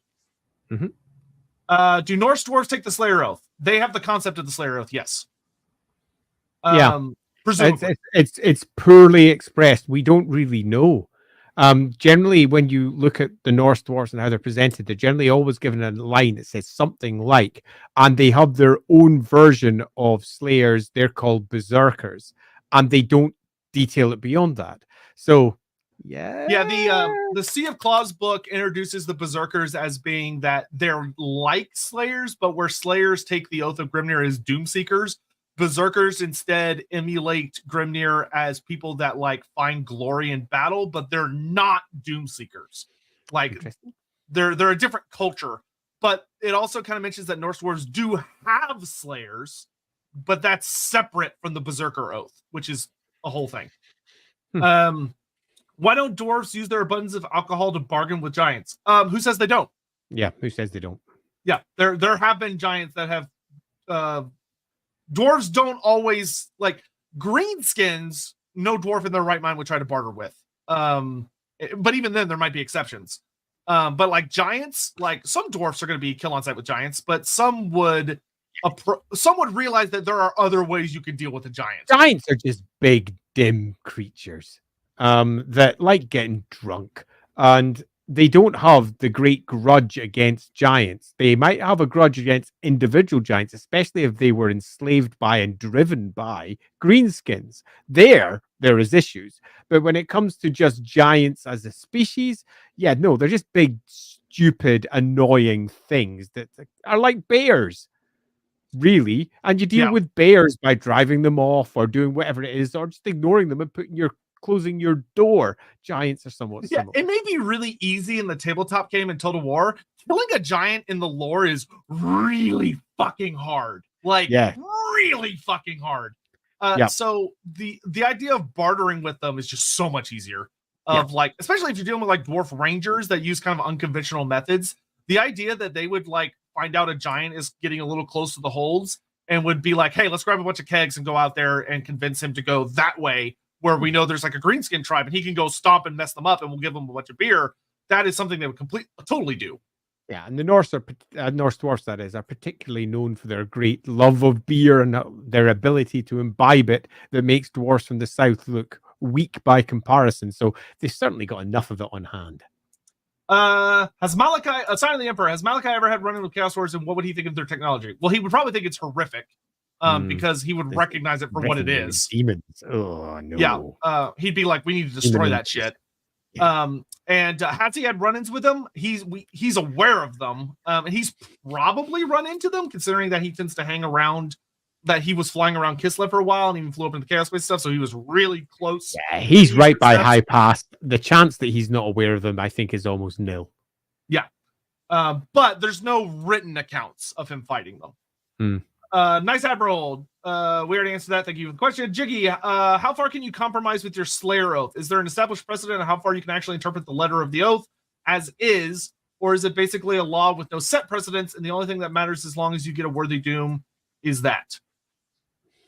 I feel like that would depend very heavily on the dwarf. Yeah, see, this is, dwarves are at their heart kind of rules lawyery. Yeah. And they don't want to do it wrong. Their personal drives are much less important than the oaths that they've sworn. And the oaths that they've sworn matter, really matter. So they don't try to get out of it. They're not there to go, let's see how I can get out of this thing. Having said that, though, they are kind of rules lawyery sometimes. And some will interpret their oath far more extremely than others, because interpretation, when it comes to anything, is always going to be a part of that process.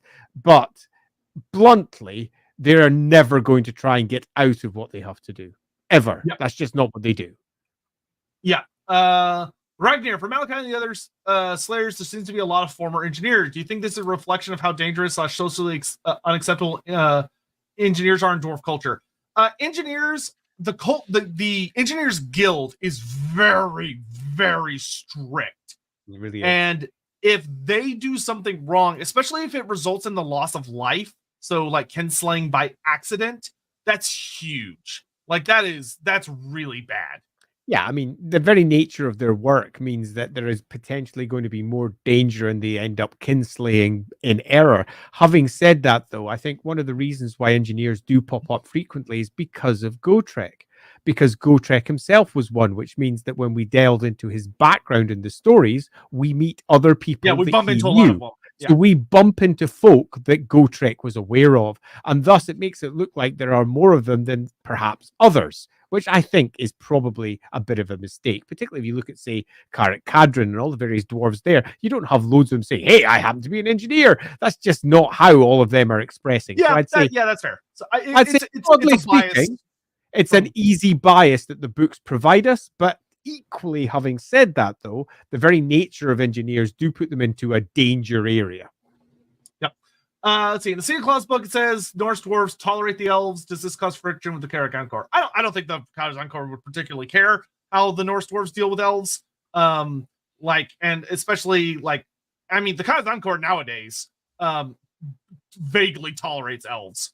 They're not. It completely does. I mean, you get past their words and just look at their deeds. And their deeds are they sit around a table with them. And they might argue, but they're at the table.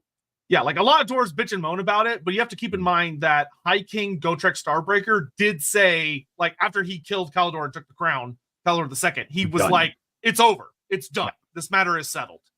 Yeah. And he was High King. So we have won. Yeah. Do Norse dwarf berserkers go into battle starkers, or are they more armored?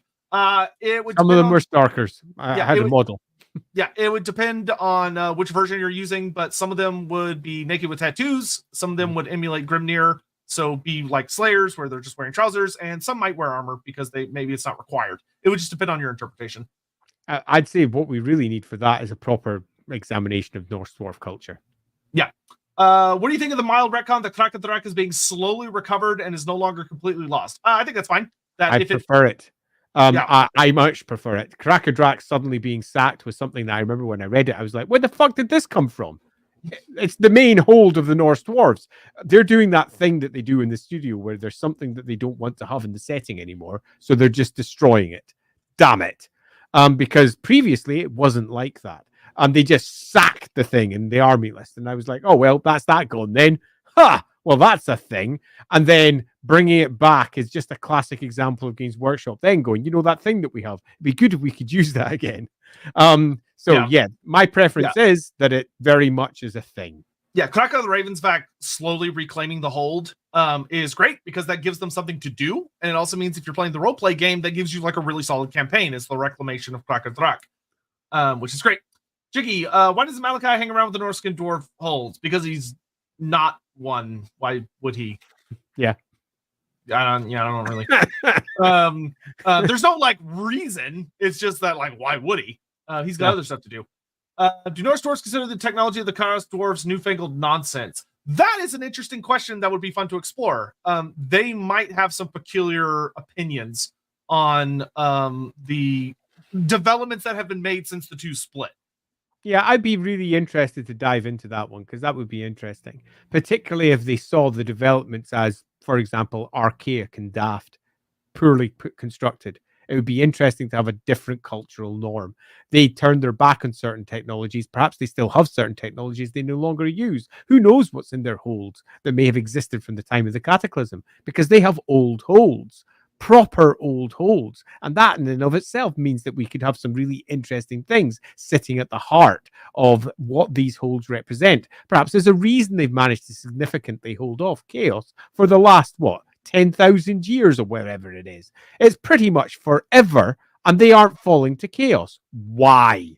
And there's a host of really interesting things to answer there because they're really far north. I mean, really far north. They're well within the, let's say, the sway of the great chaos gate that lies. Yeah, it's how have they survived? Whenever that waxes and the power of magic spreads out, why haven't they all turned to stone? Why are they still moving? What is going on as magic floods the area? How do they survive? What do they do? There is a host of questions that are unanswered. And I think that once they're answered, your question can be answered in turn because the nature of technology that they've abandoned says something.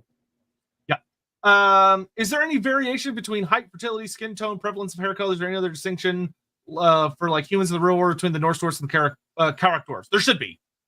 There isn't. And I can say that with abject certainty, because any attempts to give any different type of dwarf or elf is extremely resisted. So, and by that I mean by Games Workshop when you're writing. So you do not change the dwarves or the elves from the core of what they are, which is white. Yep. If you're playing in your roleplay game, have fun with it. Do whatever you want with it. Absolutely. In my own version, there's a lot of different cultures and different races within the dwarf species, but not in the official one. Jack Diego, will grudge be settled by power of engineering gunpowder? We can only hope. Captain Magma, which dwarf named character is the most kissable? What? You know what? I think that's going to be a personal thing. Yeah, I don't think I can answer your personal fantasies for you. I'm sorry. Jiggy, since Kislev during the old world is larger, are you hopeful the Norscan dwarves will be fleshed out more in the old world? I will note that the old world map, they did add some really cool icons for the Norscan dwarfs and made notes of Norscan dwarfs are here, the Giant's Home Mountains. So I think that's something they are looking to explore in the future. Especially, yeah, so we can only hope. How much influence does the High King have over the Norse dwarves? Based on the 4th edition book, not a lot. But the old world may throw that in the trash can. Who knows? And it might throw it out again. Yeah, totally. We'll see what happens with the next set of rules. Since Andy also loves DA, Dragon Age. Please compare Orzammar casts to how Dawi casts work. Oh, well, that's a whole heck of a lot. That's almost a separate stream. So I would broadly say they're quite different. Okay. Really quite different. Yeah. Luffy, what's the relationship between the Norse dwarves and elves? Were they involved in the War of the Beard? So that's actually a great question. Of that, most sources seem to suggest the Norscan dwarves were not involved in the War of the Beard, and that's why they don't really give a shit about the elves compared to regular dwarves. Yeah. I can't remember which source it was, but there was that general idea that by this point the Norse dwarves were already separated. We're already separate. Now this changed over time, and it turned instead to they separate kind of after the war. But even that doesn't make sense of why the elves and them don't really care for each other at all. There's no relationship. Yeah, I want to say in Sea of Claws it says that they separated after the fall of Karak Vlag, which means it would have been before the War of Vengeance. And way after. After. Karak Vlag falls like relatively recently. If it says that, then they either don't know their Karak Vlag lore. So let's see. I don't fucking remember. Or it might have just been that they just weren't involved in the war. And so that was only a few hundred years ago Karak Vlag fell. Well, because if that's the case, then they done screwed up. Maybe that's why. Maybe around then. I need to get my I need to go check it. But when Galrauch wakes up, Galrauch, if you prefer. No, that's okay. So that's when they reestablished contact was through Karak Vlag. There we go. That's different. Okay, yeah. So it's falling apart. Ignore that. Yeah. All right. Yeah, no, they don't really give a shit about the elves. And every source I've ever read agrees that the Norse dwarves just weren't involved in the War of Vengeance. Totally. And that means that there is a clear separation right from the outset. So even if someone's come along and said there isn't, there kind of is. Yeah. They're not listening to the High King. Yeah, they're not. Because if they were, they would have been looped 100%. They'd been in that war. And then when it came to an end, whatever happened next, they'd have been involved with as well. So yeah, by this point, it's already over. Yep. Do the Norse Dawi have their own language? But yes. But it's the same language, but yes. At the very least, it would be a very distinct dialect of Kosovo, like it's borderline Scots and English, as we said right at the beginning of the stream. It's the difference in Scots and English. There'll be a host of words that each speak that the others will not be able to understand because it's not necessarily mutually intelligible, but it uses the same basic coding on how the language is built. Yeah. Do they fight differently than other dwarves? There are probably differences. Yeah. Most sources say like they tend to be more aggressive, less focused on defensive warfare, and less focused on ranged warfare as well. Yeah, Jeff. In what ways does dwarf engineering differ from human engineering? That's a fascinating question because in so many ways, most of it's culturally based.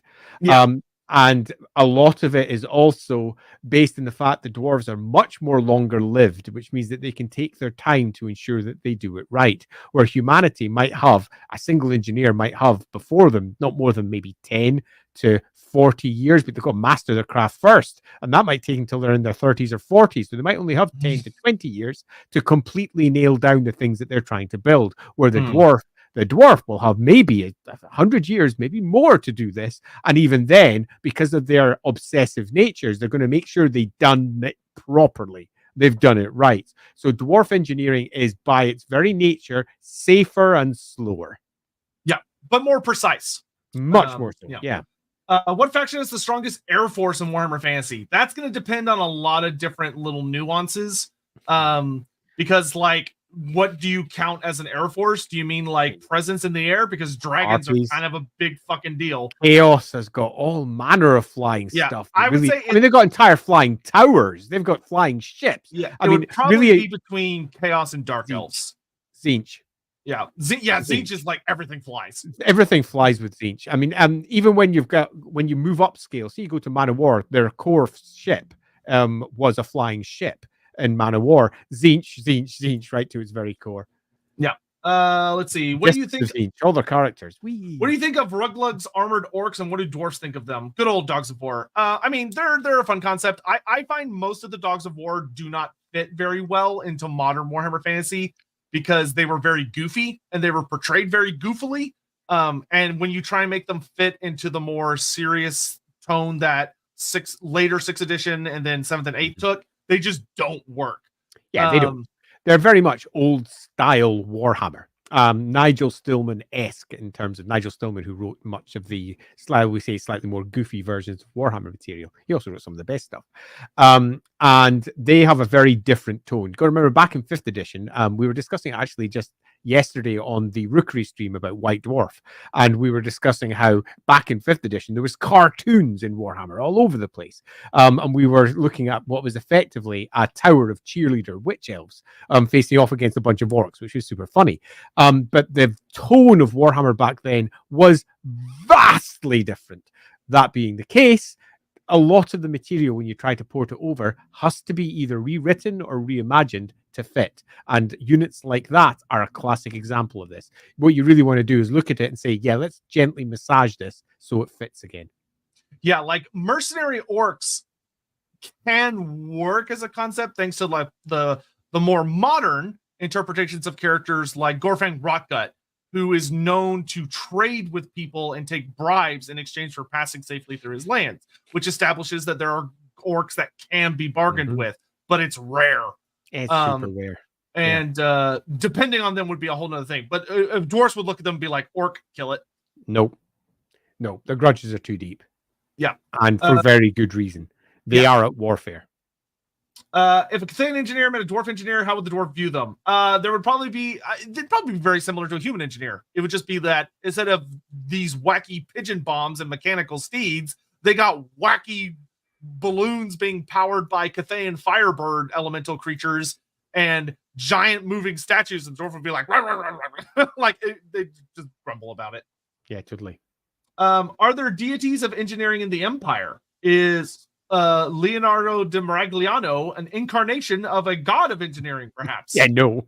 No, hilarious. No, first, no, he's just an engineer. And the closest that we have to proper engineering deities are things like Verena, where you've got yourself a goddess who is absolutely focused upon wisdom and making good choices. And engineering is about making things better for people through your works. And Verena is also about that. Unless you have the really like the pigeon bomb engineer who may well be a worshiper of Ronald going, please work, please work, please work. Pigeon bombs. Yeah, those got added as an ability for the new master engineer character. The pigeon bomb is hilarious. As an ability, it's hysterical. Like It's just an airstrike force of pigeons. I love pigeon bombs. So funny. I've written them into the game in a couple of places. I was going to actually be writing at one point for Black Library an engineering book, and there was going to be a double-page spread about the pigeon bombs. That was going to be fun. Would dwarves be able to figure out how Old One tech works?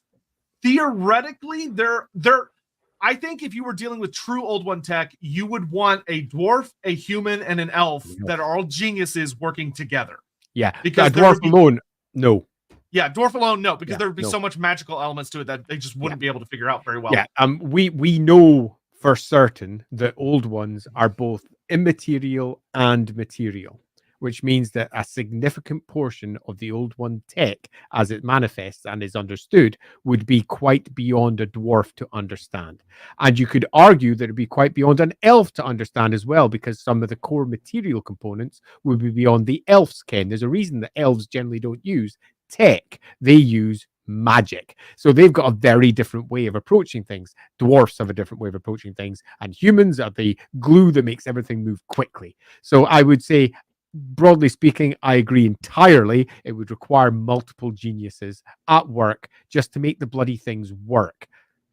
Yeah, like I would, if I was assembling a crew, because I discovered Old One tech and I was trying to figure it out, I would want like techless, fucking get me both the Thoric Ironbrow and get me the Crag the Grim, and then get me like Thyrus Gorman, give me the patriarch of every college of magic, and get me like the top 20 people at the engineering school. Give me all those people together. Yeah, it'd be a toughie. Yeah. And even then it would take like forever, you know. Ideally, it'd be nice if we could have a couple of skin priests and a Slán in the room. But that'd be handy. but and then you'd have to get those people to work together, which, like, good fucking god. All right. Anyway, so that is all the questions that came in before the stream started, which we appreciate the questions that came in after that, but you know, we have a cutoff time for a reason. We do. And we're gonna get through the last few super chats, and then we're done. Oh, it's been a fun one, this one. Yeah, to chat about. I'm really looking forward to getting on to Nurgle next week, because I kind of love Tamarkan. I kind of love everything that's been done with Nurgle. It's gonna be our first a good one. Like big mono god deep dive, because like Tzeentch, we didn't touch a lot on Tzeentch because the Shadows of Change stuff was more about Cathay and Kislev. It was. So I'm really looking forward to this one. So I hope we'll see you all next week. We're going to be over on Sotek's channels next week. So make sure that you do dive over there. And if you're currently sitting out there going, oh, I always forget that it goes between the channels, just subscribe to both. Make sure you're subscribed to both. That means you don't get confused. The number of times each week we get somebody saying, oh, it's on the other channel. And you're like, yes, just subscribe to both and you won't lose us. Ring bells and subscribe and that stuff. For the last 9 months. Yeah, totally. It's been that way. Turkmeister, Andy should play the Norse Dwarf mod and stream it so he can give his thoughts on your roster and how the Norse Dwarfs. That will be probably a fun bonus series once the council has approved his room. You'll find for me, like, I'm going to be, mods, whilst fascinating and I'm desperate to dive into them, are probably going to be a good step down before just playing the bloody game itself. Yeah, we got to get through the vanilla. I want to get through all of the factions as they stand, at least to a degree. I want to try out a bunch of the characters, a bunch of the campaigns. Yes, mods are going to be super, super cool, but there's so much just stuff to try. Have you talked about the Slayer subs? And it's in submarines. Warhammer. Okay, yeah, submarines. No, we didn't talk about those, largely because we're dealing mostly with the extras that have come in with the new piece of DLC. But yeah, Slayer subs, they're freaking awesome. And they were the monitors were a part of the Man of War army the fleet for the dwarfs. And they were Slayer subs because no one else was crazy enough to go down into the subs except for the Slayers themselves. It was considered a death sentence. And yeah, they were super fun and bloody annoying in the game because you couldn't target them because they're underwater. Sucked. Yeah, Longdrong and his Slayer pirates, according to Gotrek and Felix, the Serpent Queen, his Longdrong ship is a Slayer submersible because there's a whole thing where they get stuck on the bottom of the ocean for a bit, which is hilarious. Though more recent lore has kind of like constantly made the Ironclads more and more advanced, where many of the Ironclads in the modern lore are move it to 11 submersibles. Move it to 11. Yeah, totally.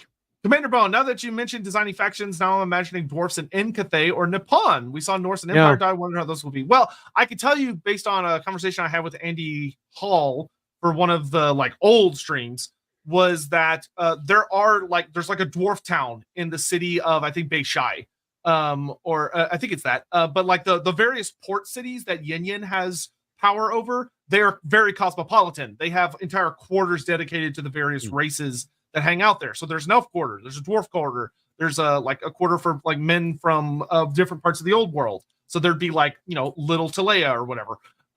Which I love. Yeah. So there would absolutely be dwarfs in probably all of those places, because at the very least, just to trade. Like the various merchant guilds would be like, get so and so over there and let's get hold on these exotic trades so that we can make all the money. Yeah. Commander Bone, Dwarf and End Smiths would be great rivals. Yeah, I really hope we get to see End, because End could have some really cool concepts. It'd make me happy. Korin Chima, did Professor Malakai ask Harry Hammerstorm to turn to page 394? I'm sure he did. Though Harry definitely flunked, which is why he had to turn to hammering. Watchdog 3079. What's Malakai's thoughts / relationships with Lady Elspeth and her forces in Nuln / Wizenland? That will be a great question for the Lady Elspeth stream we're going to do in 2 weeks. That's in 2 weeks' time. Yeah, I'm looking forward to that. I think maybe even take it up then, because we're going to be diving deep into Lady Elspeth and everything that she's doing over there. And a dwarf's opinion of that, I think, will be an interesting part of that conversation. Yeah, I will say, though, that he would be very supportive of Nuln and Wizenland because he's employed there and he actively helps out with their military. Would he be happy with all of that magic getting seeped through the engineering? I mean, would he really be happy about that? And I think that's going to be the interesting point of the conversation. Yeah, there's actually, if you go read Manslayer, there's a funny tidbit about Malakai's thoughts on the fact that the priests bless the cannons that are being made to be sent to go fight Archaon during the Storm of Chaos. And the dwarves are kind of like, this is ridiculous. This is bullshit. If I recall correctly, Nuln was doing a whole thing where they're cremating the ashes of Sigmarite saints and doing blessings while pouring the ashes into the molds of the cannons. And Malakai's like, that's gonna fuck up the the casting. Stop it. Yeah. Let's see. Random question. But if an ogre were to face a demon of Nurgle, would they feast on them after a fight? No, because demons don't leave behind corpus most of the time. Most of the time. Sometimes they do. And if they did, I imagine that, yes, sometimes that would be a thing that occurred. Yeah. If you take ogres will try to eat anything. Anything. The plague ogres of Tarmarkon, who we'll talk about next week, learned that sometimes that's not a good idea. Yep. But what do you call a Mexican pilot, Air Force One? No thanks, Hammond. CB4N, Grumbrindle is canonically the most kissable dwarf. All right, there you go. I was not aware of this. Thanks, CB4N. Have you seen Grumbrindle's teeth? He's got a gnarly teeth. He's like,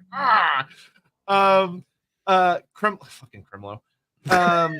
Just ask Amazon's about Old One Tech canonically. No, that's fair. Joke, but that's not wrong.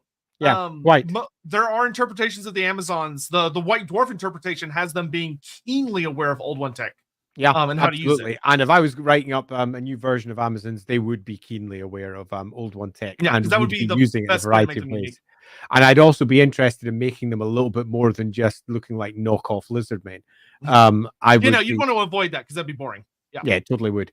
I very much think that would be definitely a good way to go. Hold on, there's a comment. Demons don't leave behind corpus most of the time. Nervously glances at all doors. Yep, Quintus. Good point. Most of the time. Anyway, thank you all so much for watching. We hope you enjoyed this episode. We will be back next week on the Loremaster of Sotek channel with Tarmarkon and the forces of the legions. Nurgle time! It's going to be awesome. Yeah, which will be super duper fun because we'll be chatting about, of course, Tarmarkon and all his hordes, as well as Epidemius and just various aspects of Nurgly goodness. So we'll see y'all then. We will be on this Wednesday on Andy's channel. I don't know what we're doing yet. No idea at all. We'll figure it out probably after what we're doing yet, but we'll be doing something. And we hope you all have a wonderful day. And Bearded Freckle, thank you for the last second. Cheers. Oh, thank you, Bearded Freckle. That's super appreciated. Nice and we'll see you guys next time. Thanks for watching. Right. Bye-bye.